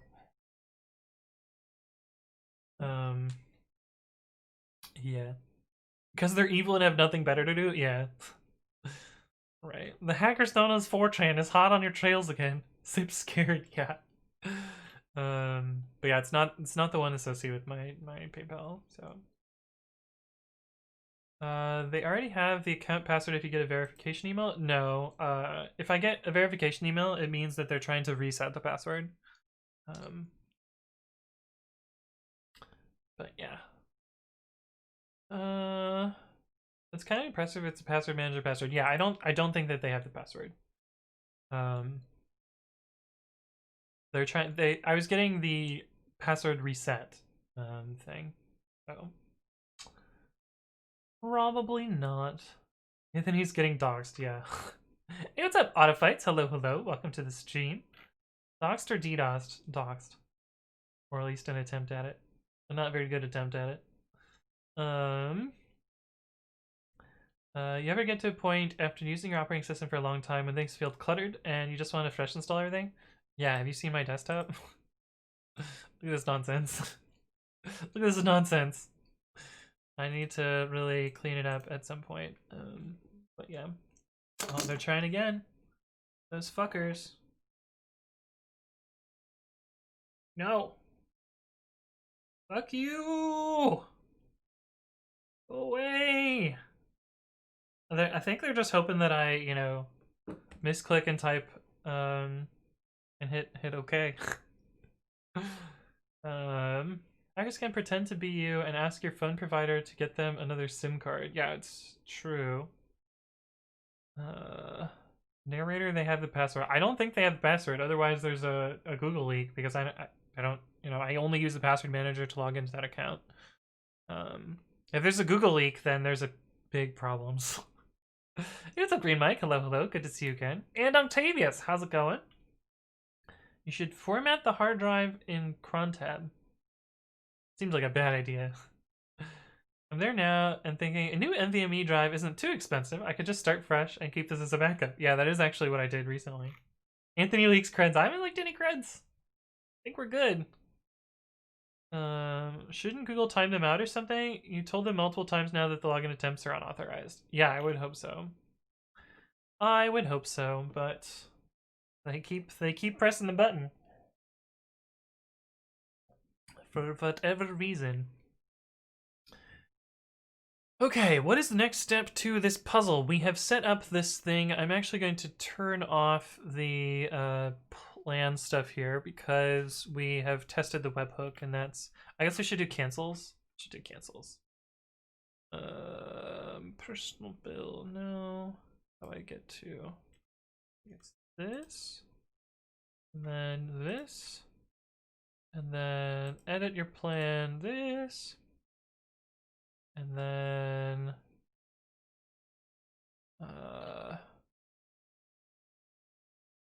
oh, cancel this plan. Yes. So that should not send me a webhook.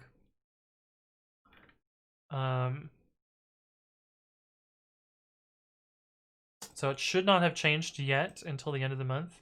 Oh, it did do it immediately. I guess cancels are immediate. Okay, that makes sense. Maybe there's some grace period. I don't know. I thought there was supposed to be a grace period. Anyway, that worked. So now it's back to none. So I'm gonna go in here and unpublish this. I'm gonna do it off screen. Hey, what's up, HackX and SBlue? Thank you both for the follow. Welcome to the stream. Hopefully you are doing well.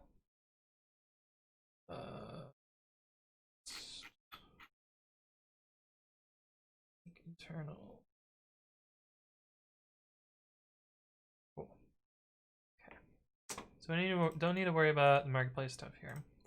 Okay, so what we need to do is in the places where we are checking if it is a private repo or not, we now need to add allowances if they are using a paid plan. Call the Google service hotline. Hey, someone tries to log into my account. Can you tell them not to, please? Right? Oh my god, it's happening again! Fuck off! Stupid pieces of shit. Go home. Find someone else to try and break into. God damn.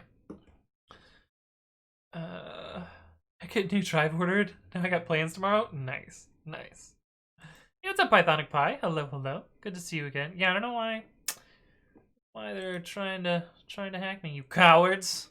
You filthy cowards, if you're watching the stream. I don't know why they would do that, though. But don't these people have something better to do on a Saturday evening? Right? Right? And in the Netherlands, too. I don't know what they possibly expect to gain from my...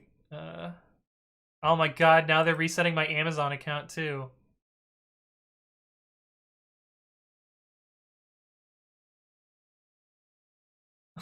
Those fucks.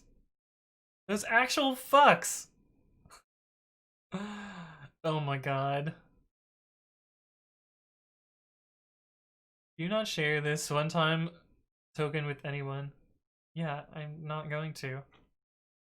I don't have Amazon configured to email me, so... Something real fucked up is happening there. God, people are such scum. People are such scum. It's the sex bots. They want to get unbanned from your YouTube channel. And they're after the pre-commit.ci corporate secrets. Yeah. What the fuck? This is so fucked up. Vinay, thank you for the follow. Welcome, welcome. Crazy.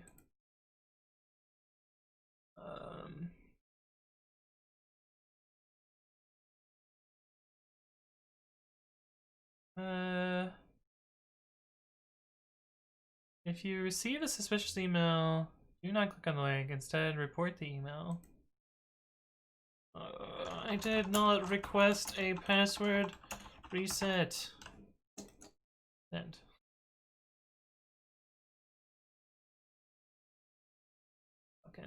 Fucking annoying assholes. It looks funny. They're back? Yeah. We will protect our homeland. It's true, it's true. Fuck those scammers. Get wrecked, nerds.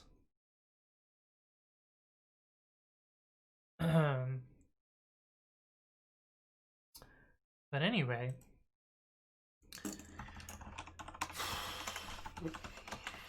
Put me in a real shitty mood. To do only show private repos for pro users and their installs. So I gotta change this eventually. This is not the highest priority though. Nor is that. Here we go.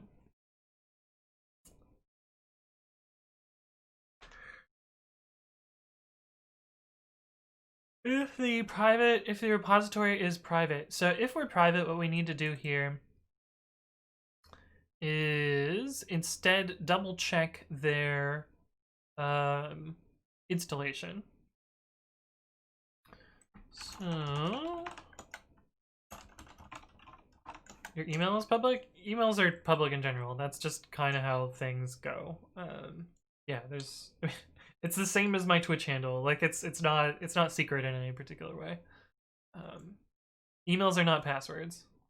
Wing slut. Wink slut. Wink slut. How's it going, Juice? Welcome to the stream. If elite hacks are if you're on stream, please go away. Yeah. Oh, they're resetting the Amazon password again. Fucks.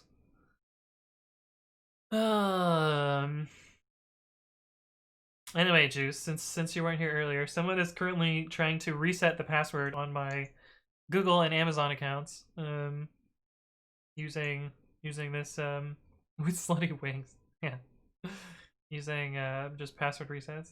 Like it's somebody doing a prank. This is not a prank. This is they're trying to get in the accounts. You wouldn't prank. Oh, it's just a prank, bro. No, it's not a fucking prank. Password security is not a joke. With slutty wings, like a college student dressed up as an angel on Halloween. Two-Phase the best? Yeah, right, Vettel? Even without two-factor, like they'd be resetting the password and it would send me an email. So I'm not too concerned. But a little concerned. Are they expecting you to show your email on stream? I think that's what it is, Godwo. But I definitely I'm not that dumb. Job wing slut where high quality meets best service. Is that what their actual is that what their actual thing is? Wing slut. Quick service chicken wing restaurant.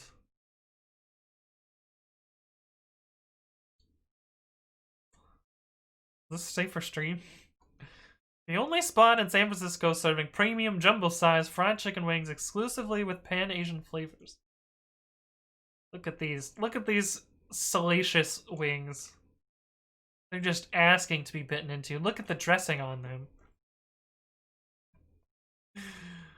I clicked on it. There we go. CEO and chef. Interesting title for a restaurant.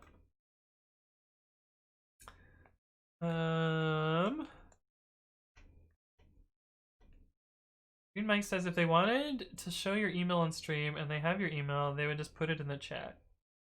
Yeah, probably. I don't know. Is that the same guy from Eggslut? Wait, what's Eggslut? Good accounts are very skirt. Yeah. Did you tell chat you're going to be Tofu's sole caretaker for 4 days while I'm with the fam? I did not.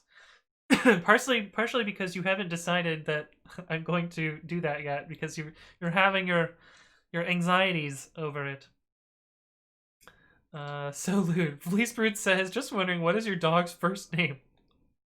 I don't have a dog. These minimalist fancy ass fonts and those pictures, and then the place is called Wing Slut. Yeah. It's a great name to be honest, right? Sassy Fajita? Sassy Fajita is a nice name too. His Thigh Slut as a chicken themed restaurant name was a bit lewd. I think they were hoping you would show the two-factor code on stream. Yeah, I'm not that dumb. Marsma says, Anthony, when will the next 12-hour stream be? I don't know, Marsma. Sometime this month, I think. Maybe next weekend? I don't know. I don't know. Separation anxiety, right? Wingslot was started in 2020 by Chef David Puccinelli. At first, people called him crazy for starting a business during a pandemic, but once they tried his wings, they called him crazy for not starting sooner. Yeah, that does sound fake. I don't have a dog. Tofu cries internally. Indeed. Okay, so I think what we need to do here, we have the installation ID somewhere. Here. Web app install git.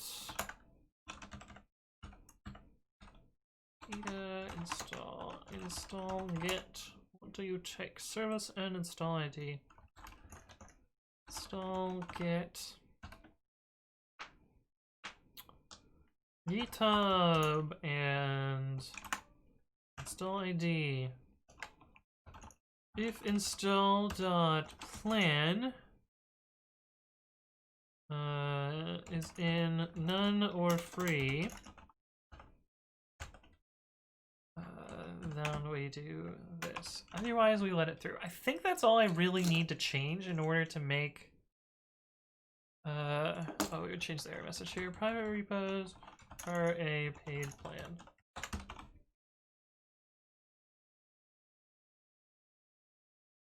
Yeah.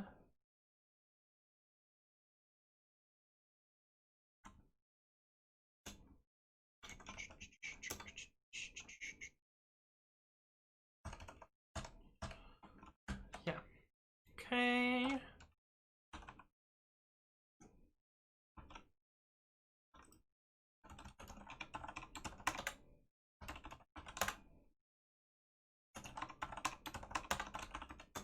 Issue/1. Okay, so this is the one we already did. You need to do this one as well. Oh, I need to get rid of that to do as well.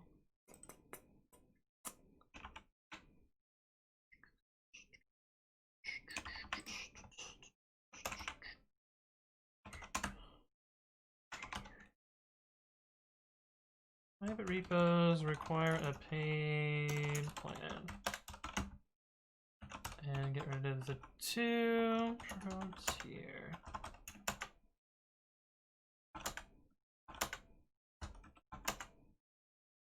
Okay, so that would be the next step. Where did that emote come from?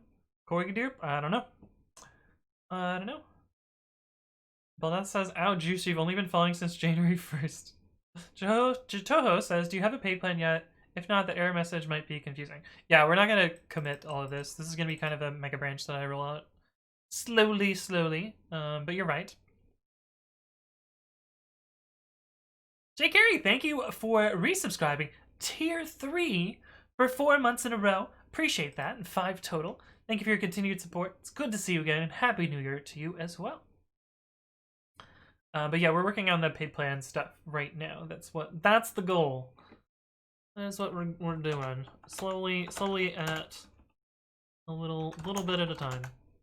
Oh, I forgot to push the other thing. Let's do that first. Git diff. Just do pro-tier whip. Oh.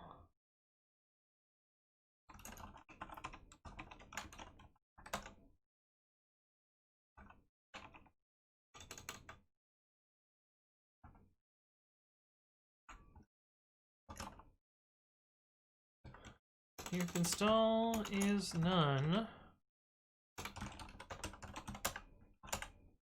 Install is none, or let's do that again. Install repos has no attribute plan. It's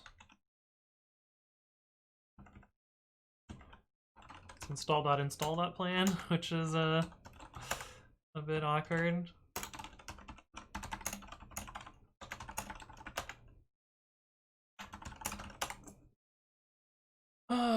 Is this the paid plan for pre-commit? This is for the paid plan for pre-commit.ci. That's what we're working on. Pre-commit is just an open source tool. It's always going to be free. And pre-commit.ci will always be free for public repositories. But good question, Zambo. Godwo says bang music. If you do bang playlist, I believe it will tell you the music that's going on. Hey, what's up, JDMSY? Hello, hello. Good to see you again. Wait a second. You were supposed to be on a different branch.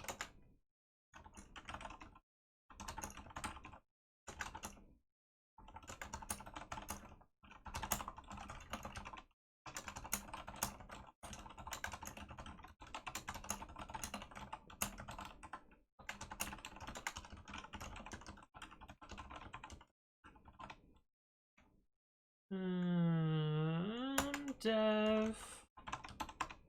Let's see what the deploy status is. It should be the current revision. 6.8. Git rev parse head. Okay, good. I'll just rebuild it and redeploy it anyway, just to be super safe here. Top 5 bonked is Michaela. Top 5 bonkers, also Michaela. Chat rank, also Michaela. Oh, I see a trend here. It's true, Noob404. It's true, it's true.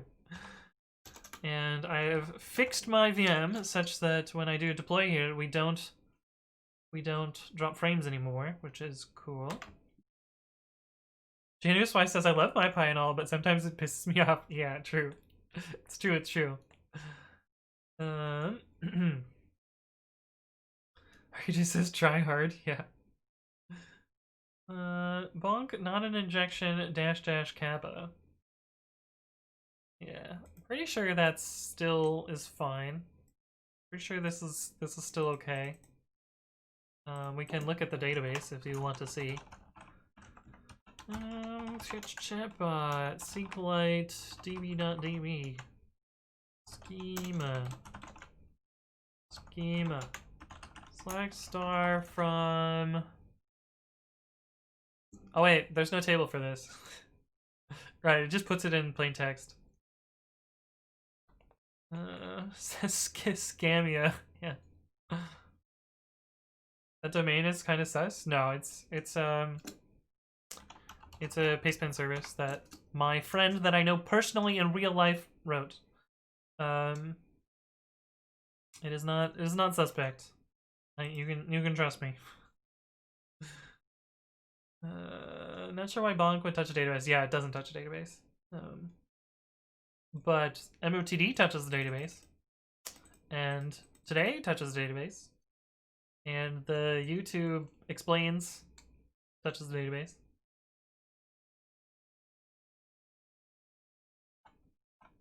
I like how if you control C 3 times, then the SQLite prompt exits. Like what? You'd have to use the setter. It reminds me of tinyurl.cc. Yeah. I mean, just because they have the same TLD doesn't mean that they're the same. What was I doing? Oh, yeah. Deploying this, and then status, and then deploying it to dev as well. Or to prod.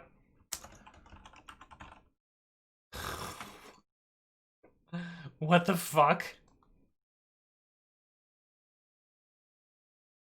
They're now trying to sign me up for Burger King. Oh. They're trying to sign me up for Burger King now.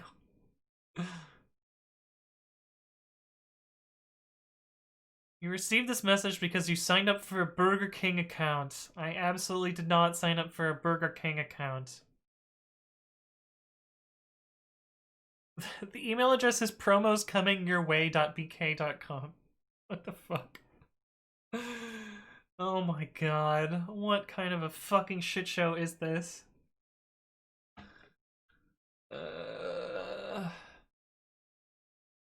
I didn't sign up for an account. This is fraudulent.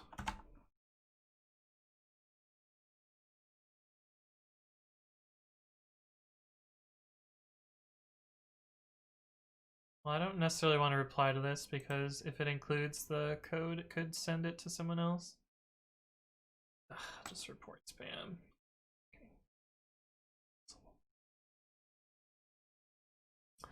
Fucking assholes. Clearly they have poor taste, yeah. Not even McDonald's, right?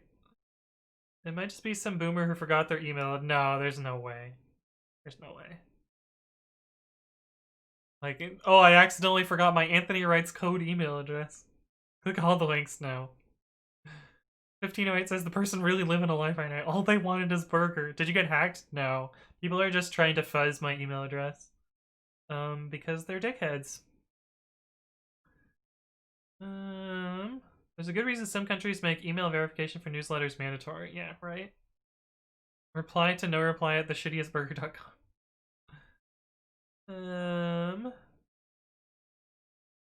The fuck is this app? Oh, you're talking about Parler?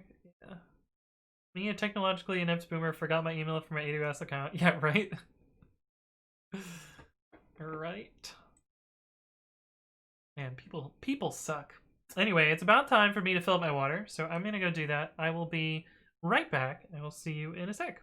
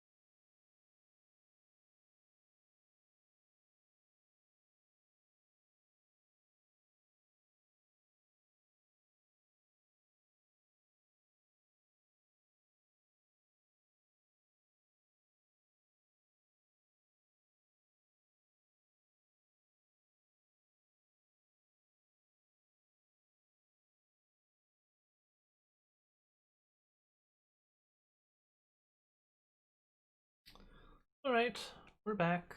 How's it going, chat? So stupid. So fucking stupid. I've just been getting attention, but I feel like no one's talking about Gab. Gab is just as effed up, and you can also browse it without having to sign up. Maybe the other Ixodilly is high as hell right now and is trying to find his password. The thing is, it's the Anthony Wright's code email address. Like, it's not even like ones that people would accidentally ever hit. Like, it's very specifically the one that I have. Pokey water. Yeah, you can deactivate your email. What do you mean, Vinay? Why would I do that? I don't know if you leaked your email or anything, but if you did, maybe delete the VOD. No, I'm not concerned about... There's nothing concerning about knowing my email address. There's nothing they should be able to do with that. Email addresses are not secrets, otherwise you would use your email address as like a password. Like everyone's email would just be like a, you know, random base64 blob or whatever.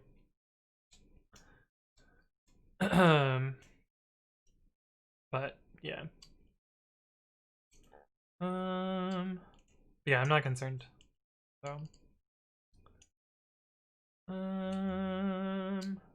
If everyone just switches to another centralized big platform, it will probably become like today's giants. Might as well switch to a federated network for a chance to break the cycle. Noom44 says, why does CodeShot256 look like a base 64? Probably because the probably because a hash actually gives you a byte sequence back, and it's probably just the base 64 encoded byte sequence, if I had to guess. People, I guess. James Spy says there's a simple way to resolve MRO for subclasses and virtual subclasses. Mostly kind of tricky for virtual subclasses registered to ABCs. They're an easier way. Virtual subclasses? You mean like... What we got here? Oh...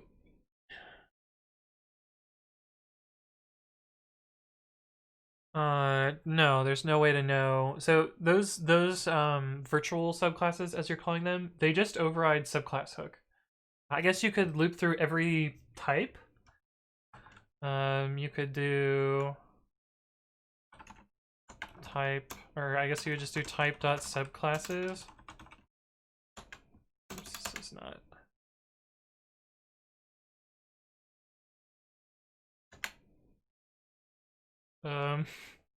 And so this would find you all of the classes that are created. Yeah, no, I see your pasteman. But even that like doesn't work, because you can do what is the is subclass hook? Is subclass subclass check.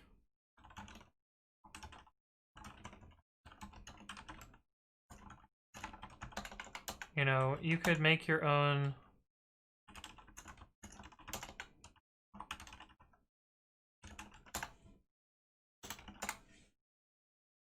did I type it wrong?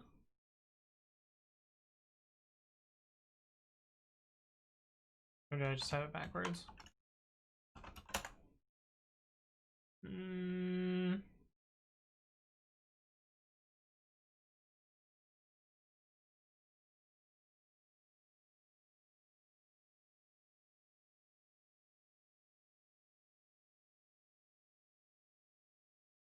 Oh, it has to be on the meta class.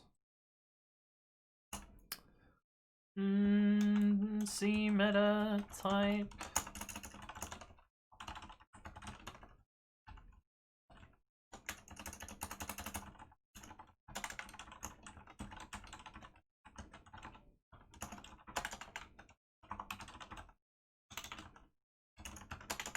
Yeah.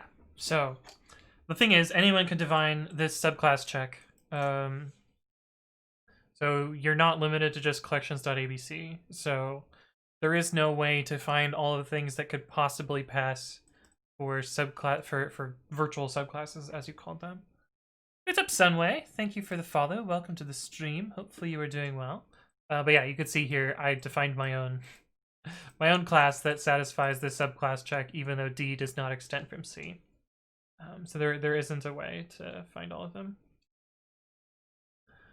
But that says, I hate how MyPy gives me a ton of error skipping and analyzing pandas, found module but no type pins. It happens with other scientific libraries, but it seems to work well with other type checkers. You can turn that off. You can do, what is the option? I know where to find the option, because pre-commit sets this by default, because in pre-commit, when things are isolated, it makes sense to avoid this option by default. Ignore missing imports is the option. Is Parler owned by Google? I don't think so.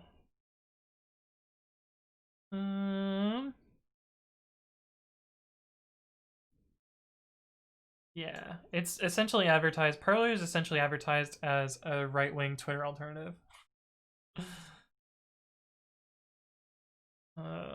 Google banned them today, and Apple said they have 24 hours to remove racist content, or they will ban them as well. Yeah, there's no way they're gonna do that in 24 hours.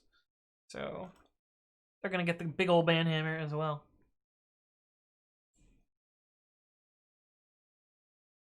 They run ADS, they'll get kicked soon enough. The thing is, I don't know that AWS actually polices their content in that way.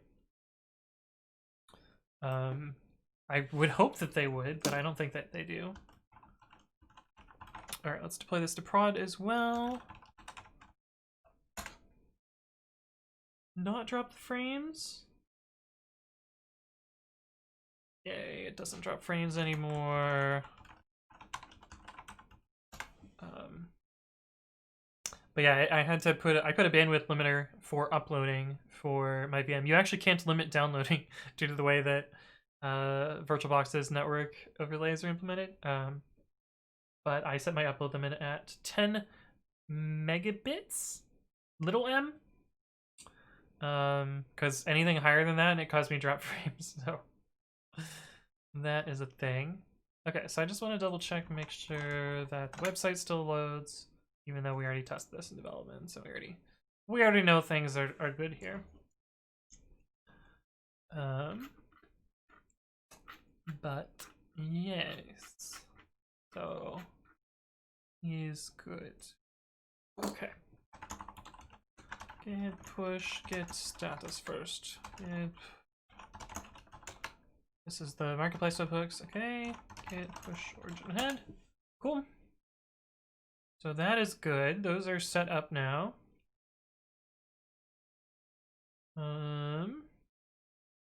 Oh man, I'm only 2 hours into stream and I'm already super hungry. This sucks. What are you, teed up pie? Oh. You are my AMI shrinker, which is now in a different repository. Time for some Burger King. Okay, we did that, we did that, we did that, we did that. Private repos. One does not simply that easily.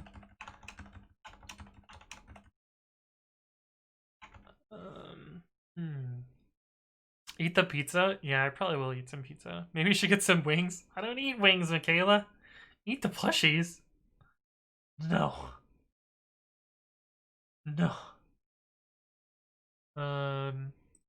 So we're not gonna do this.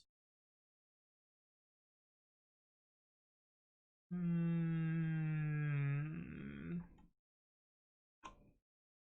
don't know if you just heard, but my stomach just made a real big grumble.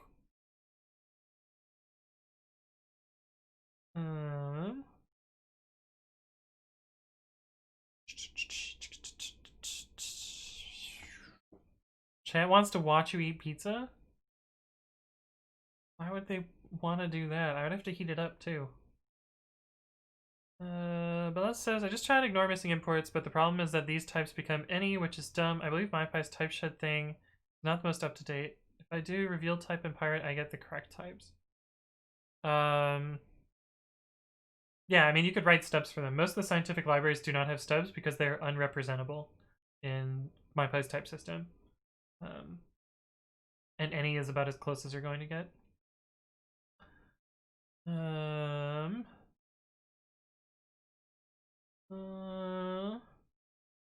Why not? You wouldn't heat it up if you eat pizza without chat. No, I would. I mean, sometimes I eat cold pizza. Cold pizza's good. I like cold pizza. So there's this crazy thing that I haven't tried in a long time, and I don't know whether it's still good or whether I was just making it up last time. Which is, instead of heating it up in like an oven or a microwave, is to pan fry the pizza. Like, just put down a little bit of oil spray and fry the pizza, because it makes it nice and crispy. Leave it out in the sun. But I haven't done that in a while. Frying works too. Yeah, that's what I want to do. That's what sounds real good right now. What is this picture that you posted, Michaela? This cat looks like it's like, why are you doing this to me? Kill me now. Alright, they haven't tried signing me up for more Burger King. They haven't done a password reset in a while. Maybe they have fucked off. Oh, there is something in my spam.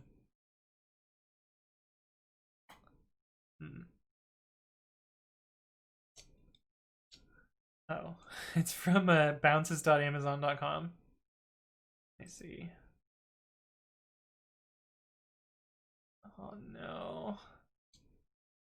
There's more Burger King spam in my spam folder. God fucking damn it. It's dicks! Those actual dicks. J. Carey says, have you been running lately? I have not been running lately. I have been biking on a bike machine instead. Mostly because people are not very... So, for whatever reason, a lot of the people in San Mateo just believe that if they're outside, they don't need a mask on. Sorry, if they're exercising, they don't need a mask on. And so, like, a ton of people are out on the exercise pads with no masks. And I don't really want to, you know, catch COVID. So, yeah. Is your Anthony running? You better go catch it. But yeah, I want to show you my spreadsheet.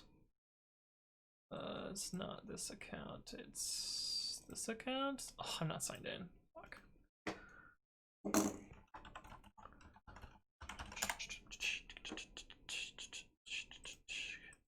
I think this is viewable.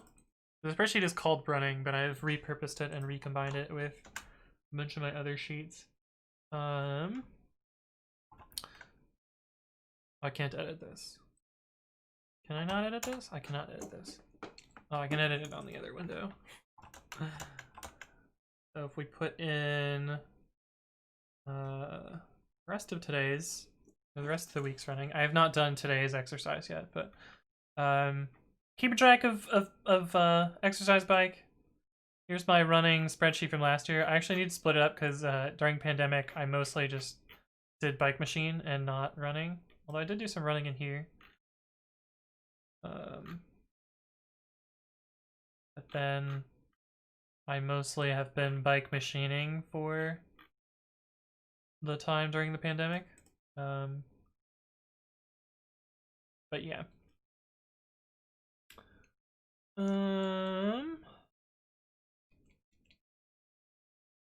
Juice says stay-at-home order has been extended from mid-January to indefinite. Great. Perfect. Awesome. Maybe they're signing up for sketchy newsletters? Don't give them ideas, Jotoho! Who spams you, right, Wingus? No, it's just like people trying to get access to my account. Some dude from the Netherlands, yeah. Some dude from the Netherlands. No, we did go to Costco, yes. I told Chad about Tofu's jailbreak.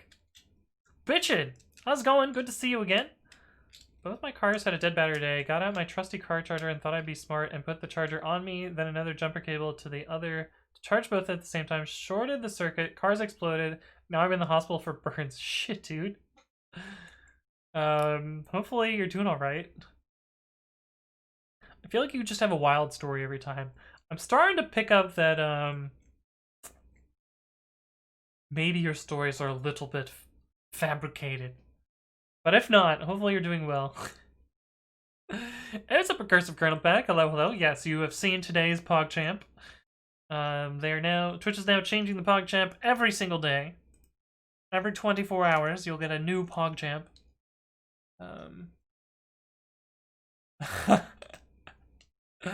They're now trying to reset my Stack Overflow account.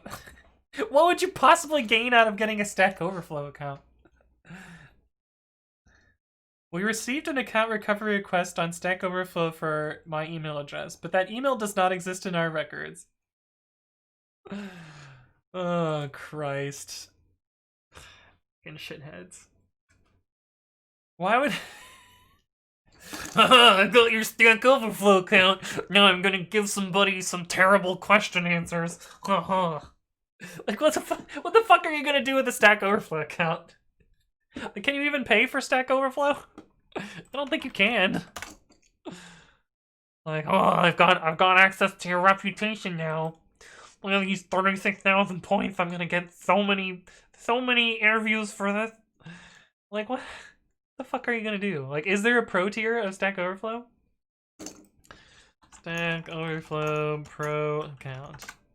Is there a paid account? Paid account. I don't think. How we make money at Stack Overflow? why we make money. You don't, right? It's from Stack Overflow jobs and all that shitty stuff. Look at how happy all of these white people are.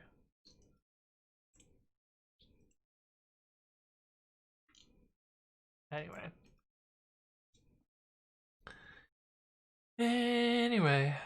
I didn't move my Stack Overflow account to a new email address, but couldn't, so I abandoned it. I see. Marked as duplicated. Yeah. Hey, what's up, Elixir Beats? Hello, hello. Welcome to the stream. You are one of the Pytest core devs. It's true, it's true. I am one of the few core devs. So stupid. This is so stupid. Why are they break into your Stack Overflow account? What a stupid thing.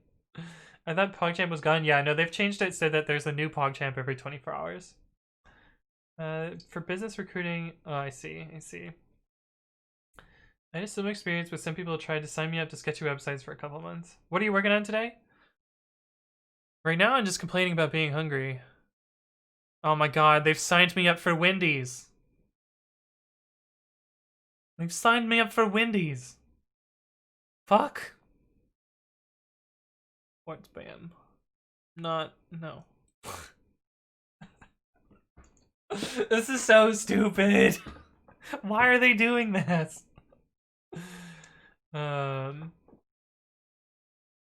Wait, why does that help? Because it's no longer the white supremacist that it used to be, Robin. It's now a different person. And Carl Jr.'s. God fucking damn it. Why are they signing me up for burger chains? I don't even eat burgers. Port spam. Go away. Think they're trying to make you hungry? I mean, I am hungry, so. They must have been watching the stream since you talked about pizza. No, that was before then. They haven't signed me up for any pizza places, so. Watch the next one's Pizza Hut. They're gonna sign me up for Pizza Hut. Well, we'll see. That'll be the next one. Somebody's having a Wonderful day, right? Send him an email to order you some take-home food. Yeah, that would be. They're trying to make you hungry. I mean, clearly that's working. At least they could. At the least they could have signed you up for Domino's so you could get some pizza. It's true. Wasn't the old pod guy like some COVID denial guy? Yeah, 100%. They applauded the terrorist attacks that happened on the Capitol. So that was the straw that broke the camel's back for Twitch, apparently. Did I sign up for In-N-Out? Not yet, at least. What's funny is they haven't signed you up for McDonald's, right? Yeah, I think that would have been the first one. What's up, Sarcastic Dante? Hello. At least they could do sign you up for a voucher or something to sweeten the deal. Yeah, I don't know why. I don't understand their motive. Did your email get hacked? No. Somebody is trying to fuzz my account. They're currently trying to sign me up for a bunch of fast food restaurants, which I don't know why they would do that. If only chat knew how many McDonald's jingles he sings. It's just the Filet-O-Fish song, Juice. It's just the Filet-O-Fish song. There aren't any other ones. It's just the Filet-O-Fish song. How often? Yeah, there we go.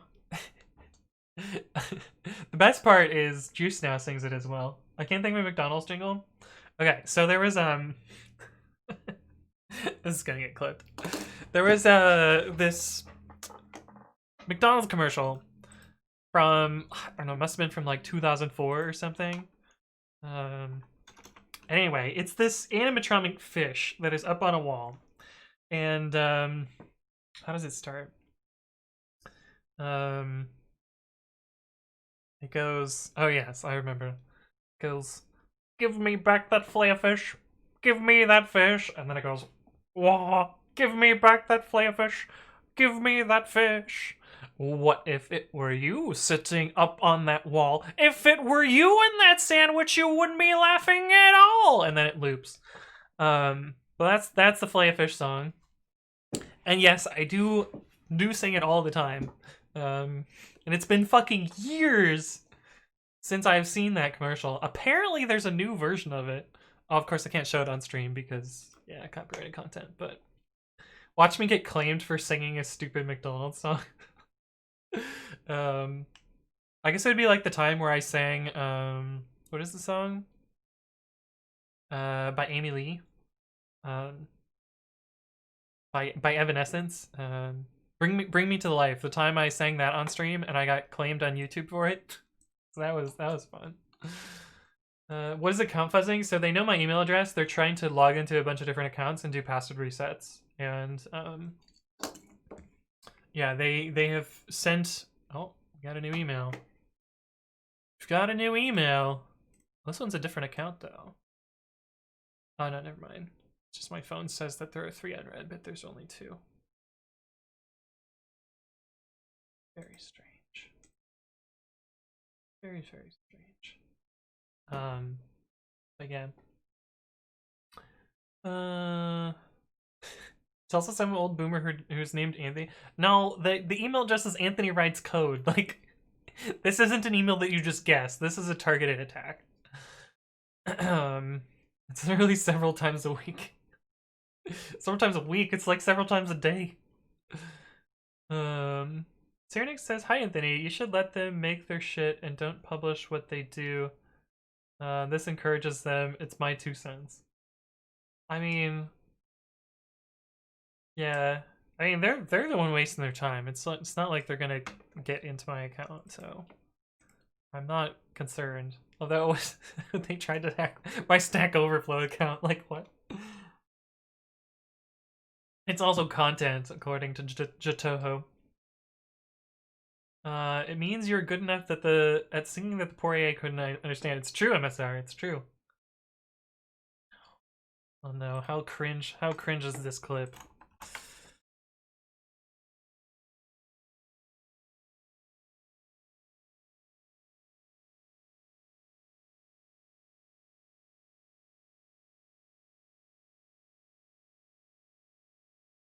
Oh.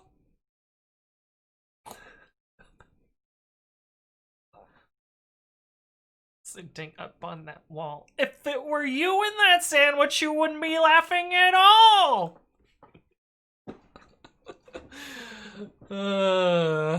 Protect the precious Stack Overflow points. Clip that's not working. We're gonna get the Anthony sing along with the Anthony sing along. Chat finally understands. No, they don't understand. They know one of the terrible songs.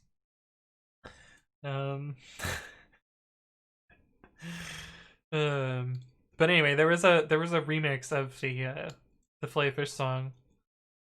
Your head was tilted the same way. We must go derper. No.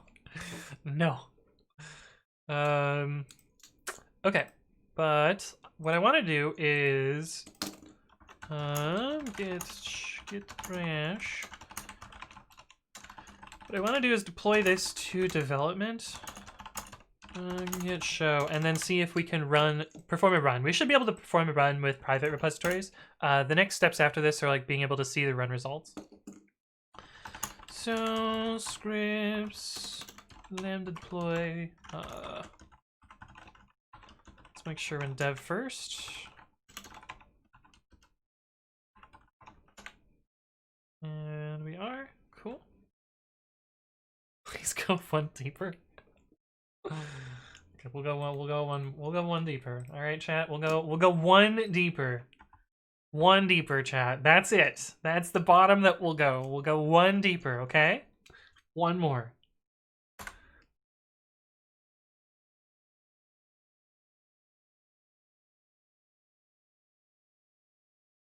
Give me that fish.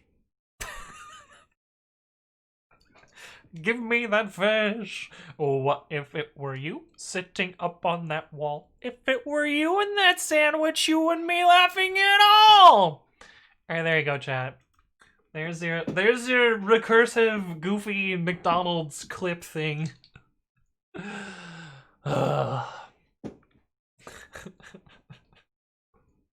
3 deep, chat. That's all we're doing. 3 deep. Well, you just made me watch a McDonald's ad on YouTube. Somebody pay this man, right? If only I were sponsored. Not sponsored, but if only I was sponsored. What is happening? Oh no, I clicked on it again. Now we just need to get him to upload it to YouTube. I will not stop thinking about Fillet of Fish for the next 69. Hey, what's up, Solus? How's it going? Do you know the Fillet of Fish song, right, Solus? Again. No. No. Okay.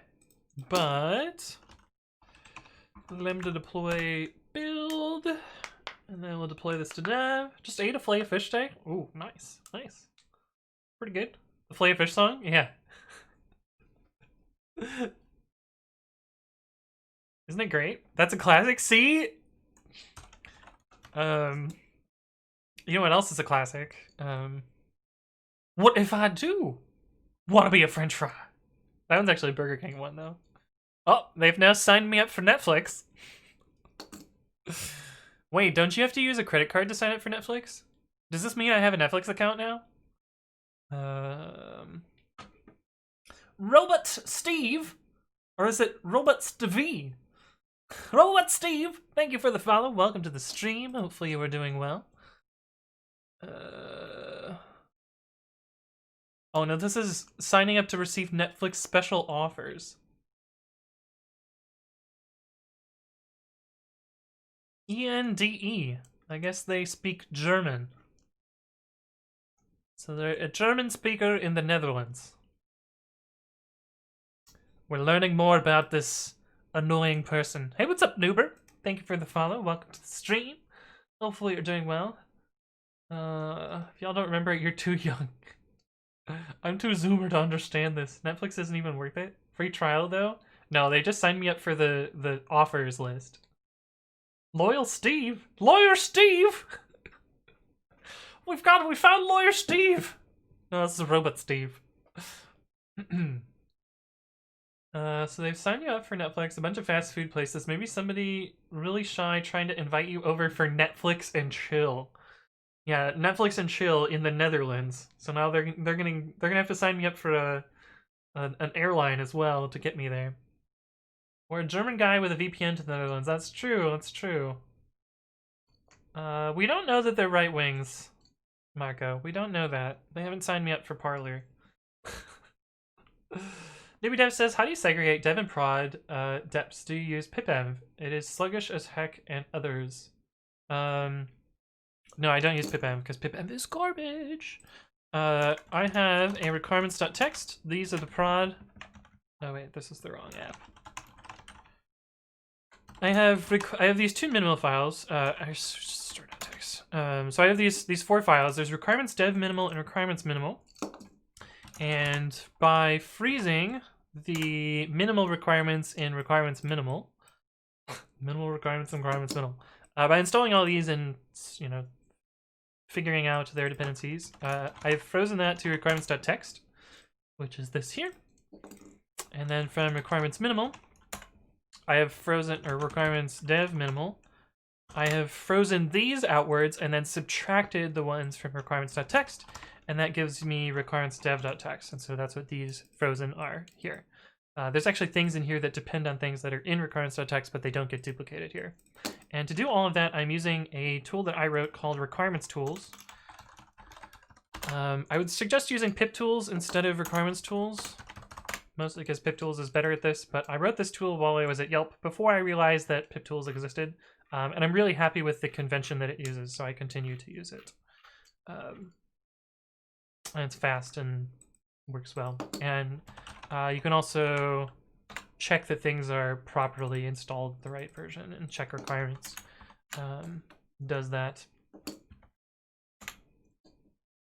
It has these test no duplicate requirements, test requirements pinned, test top levels, test no underscores. Ah, I've been signed up for Groupon now. Interesting.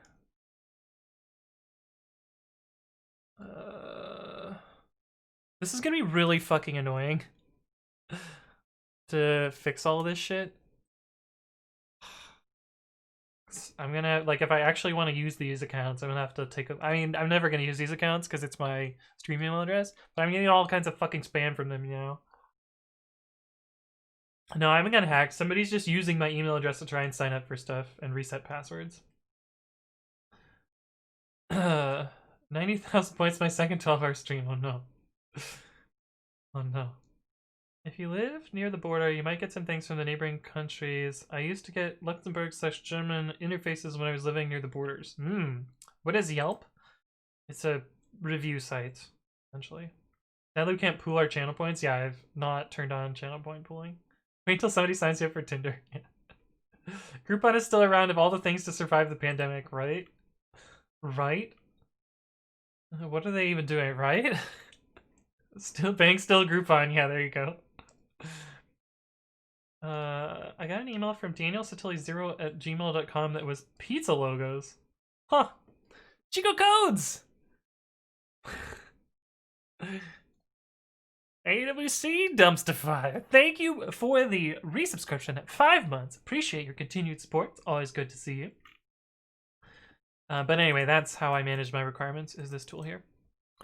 Okay, so this should be deploying to dev, which means I should be able to test private repository runs right now. I won't be able to actually see the results, but I should be able to, test runs.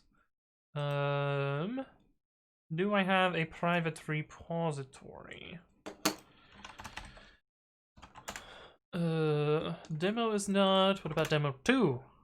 What about demo 3? What about demo 4? Oh, demo 4 is. Okay, so if we sign up demo 4 for that, manage, demo 4, save. So it's not going to show up in the view because I have hidden it from view, but I will have to do some other stuff as well. So it won't show up here, but we can look at it in the database. Refresh. Can I copy that? V equals this. Import JSON. V equals JSON.loads. Are you JSON? Please be JSON. Oh, you are. Perfect. PPV. Look at that PP thing coming in handy. Okay, but yeah, we can see here that we have demo 4, which has this repository ID, and this third boolean I happen to know is the private public boolean. So it is private. So yeah, these ones are all false. And because I'm not signed up for a pro plan, if I make a commit here, I should get this same error here.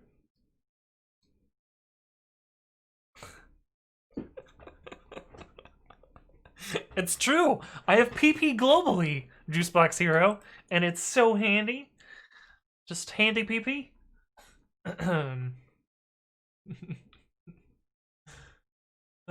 Would you like some hot singles in your area to keep you company? No, COVID is pretty rampant here in Ann Arbor. Oof.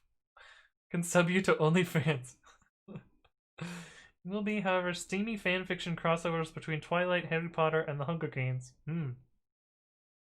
Jatoho says, just got myself a domain a few days ago, and I have virtually infinite email addresses now. Might come in handy. Indeed.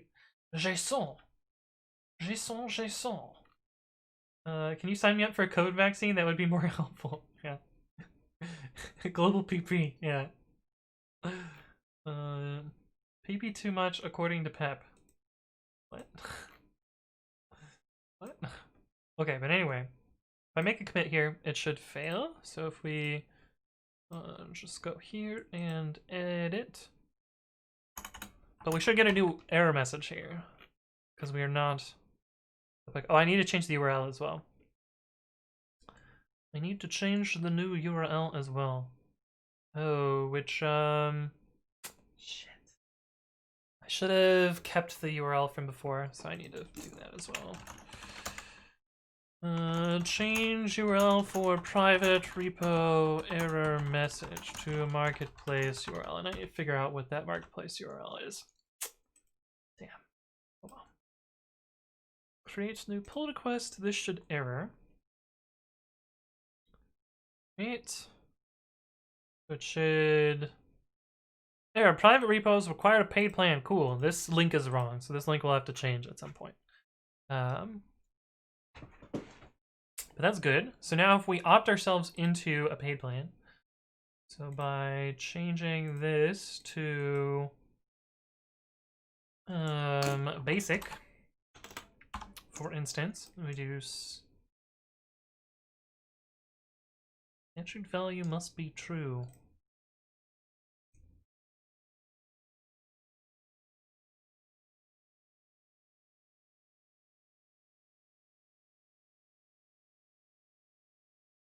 What? Oh no, I'm gonna sneeze. Oh, now it's gone. Damn it. Let me make sure we're in dev. ER pre-commit.ci.web. Oh.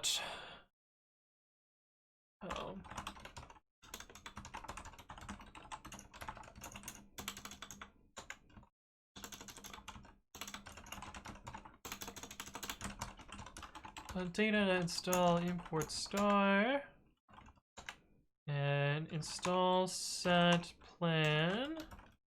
What do you take?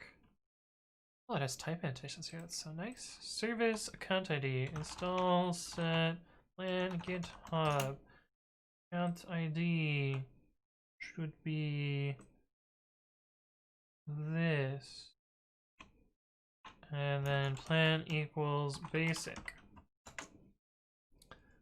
That should have fudged this data in the database. Okay, we are now basic. If I close and reopen this, it should run the job. I won't be able to click through to it, I don't think, I hope. But it should reset the status here and actually perform a run. Cool! So that's working. But I won't be able to look at the details of this run. This should just 404. Fuck.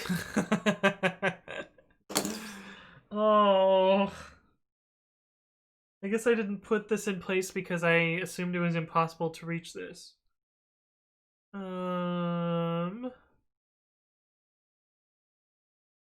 I think I do need to make this private, even though this URL should be unguessable. Because the URL contains this encoded UUID here.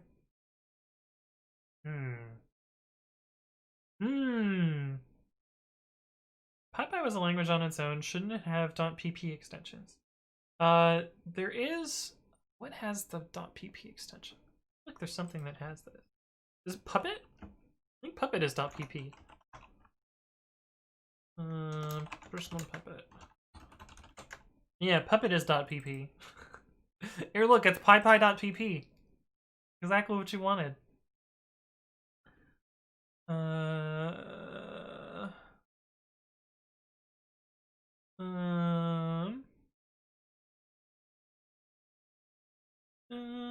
What was that reading?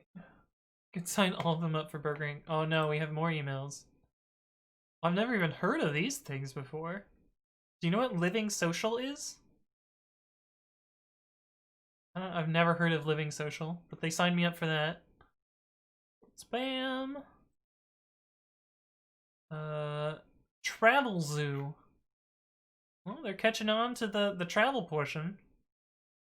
So they're trying to get me to come to the Netherlands. Report spam. Voucher. The fuck is voucher?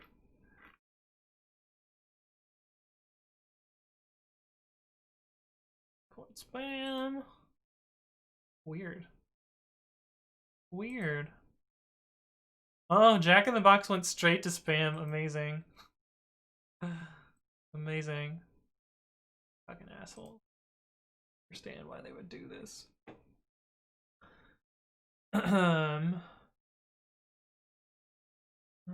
Pemp69 doesn't exist. Really? Doesn't exist? Like, what did you clip here?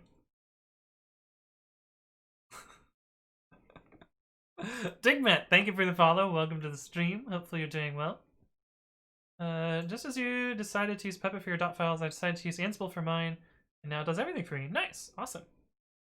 That's pretty dope. Voucher is like Groupon, but only for the UK. Hey, what's up, Brewsta? Hello, hello. Hope they stop the spam. Looks really annoying to me. No, they have not stopped. They have continued. Hey, what's up, Murphy? Hello, hello. What am I working on? If you do bang today, we are working on private repository support for pre-commit.ci.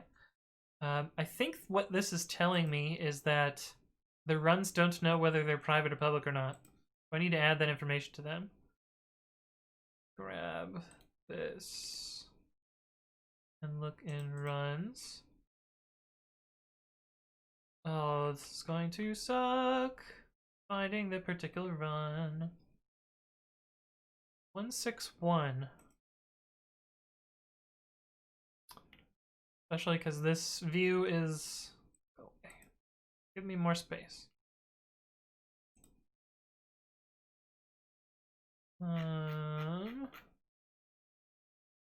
Was it this one? 161.023. 161.0232423. 0232423. It is indeed this one. Kennedy, account name, commit Shaw, end namespace, fix commit true. Fix commit is null. Image, install ID, output, queue, reference, repo ID, run, service, steps, success. Yeah, we don't know whether it is private or not. What's up, WearTag? Thank you for the follow. Welcome to the stream. So I will have to add private to run. That's the wrong repository.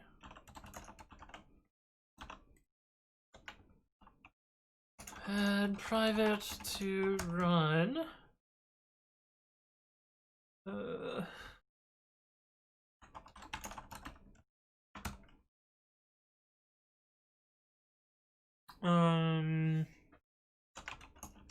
Display private repos in installation page.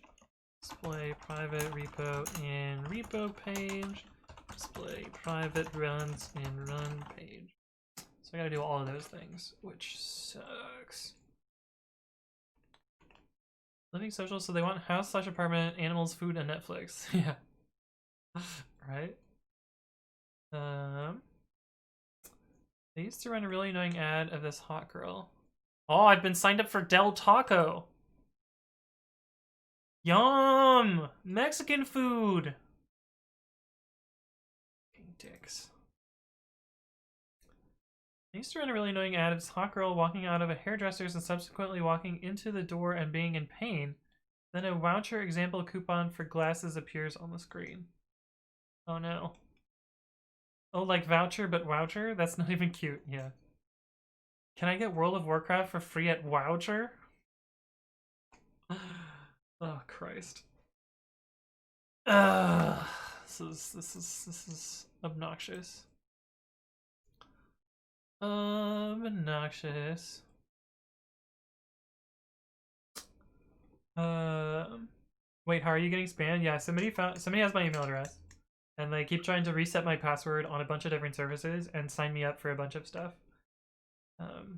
Which is great. Which is great. Love when people are, you know, have enough free time to be dicks. Okay, so let's add private to run. And it will default to false. I can't really backfill this data. I mean, I could. It would just take forever to backfill because we look at our dynamo here. Oh, my capacity's high. Oh yeah, because we added that index. Getting real close to the max here. The max free tier. But if we look at runs, we have performed 12,400 runs. Crazy. What are we up to in installs? 115? Changed much. 2,000 repos have been configured, or configured and unconfigured at some point. This is a more accurate for the repository count. 426 have run on the master branch. Loans, these auto clean themselves up, so I expect them to remain low.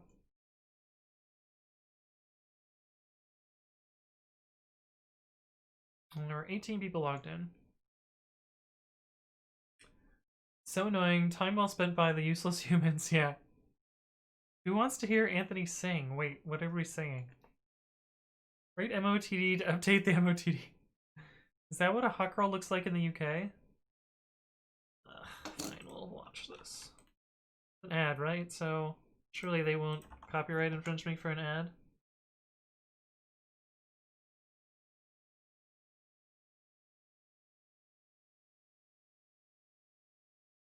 Oh god, why are you still... No, I muted you. I must have muted about blank.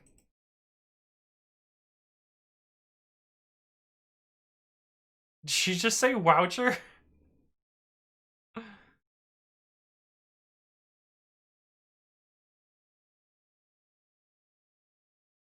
the fuck?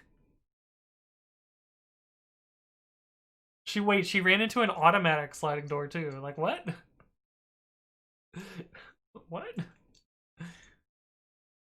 Juice says, is that what a hot girl looks like in the UK? Yikes.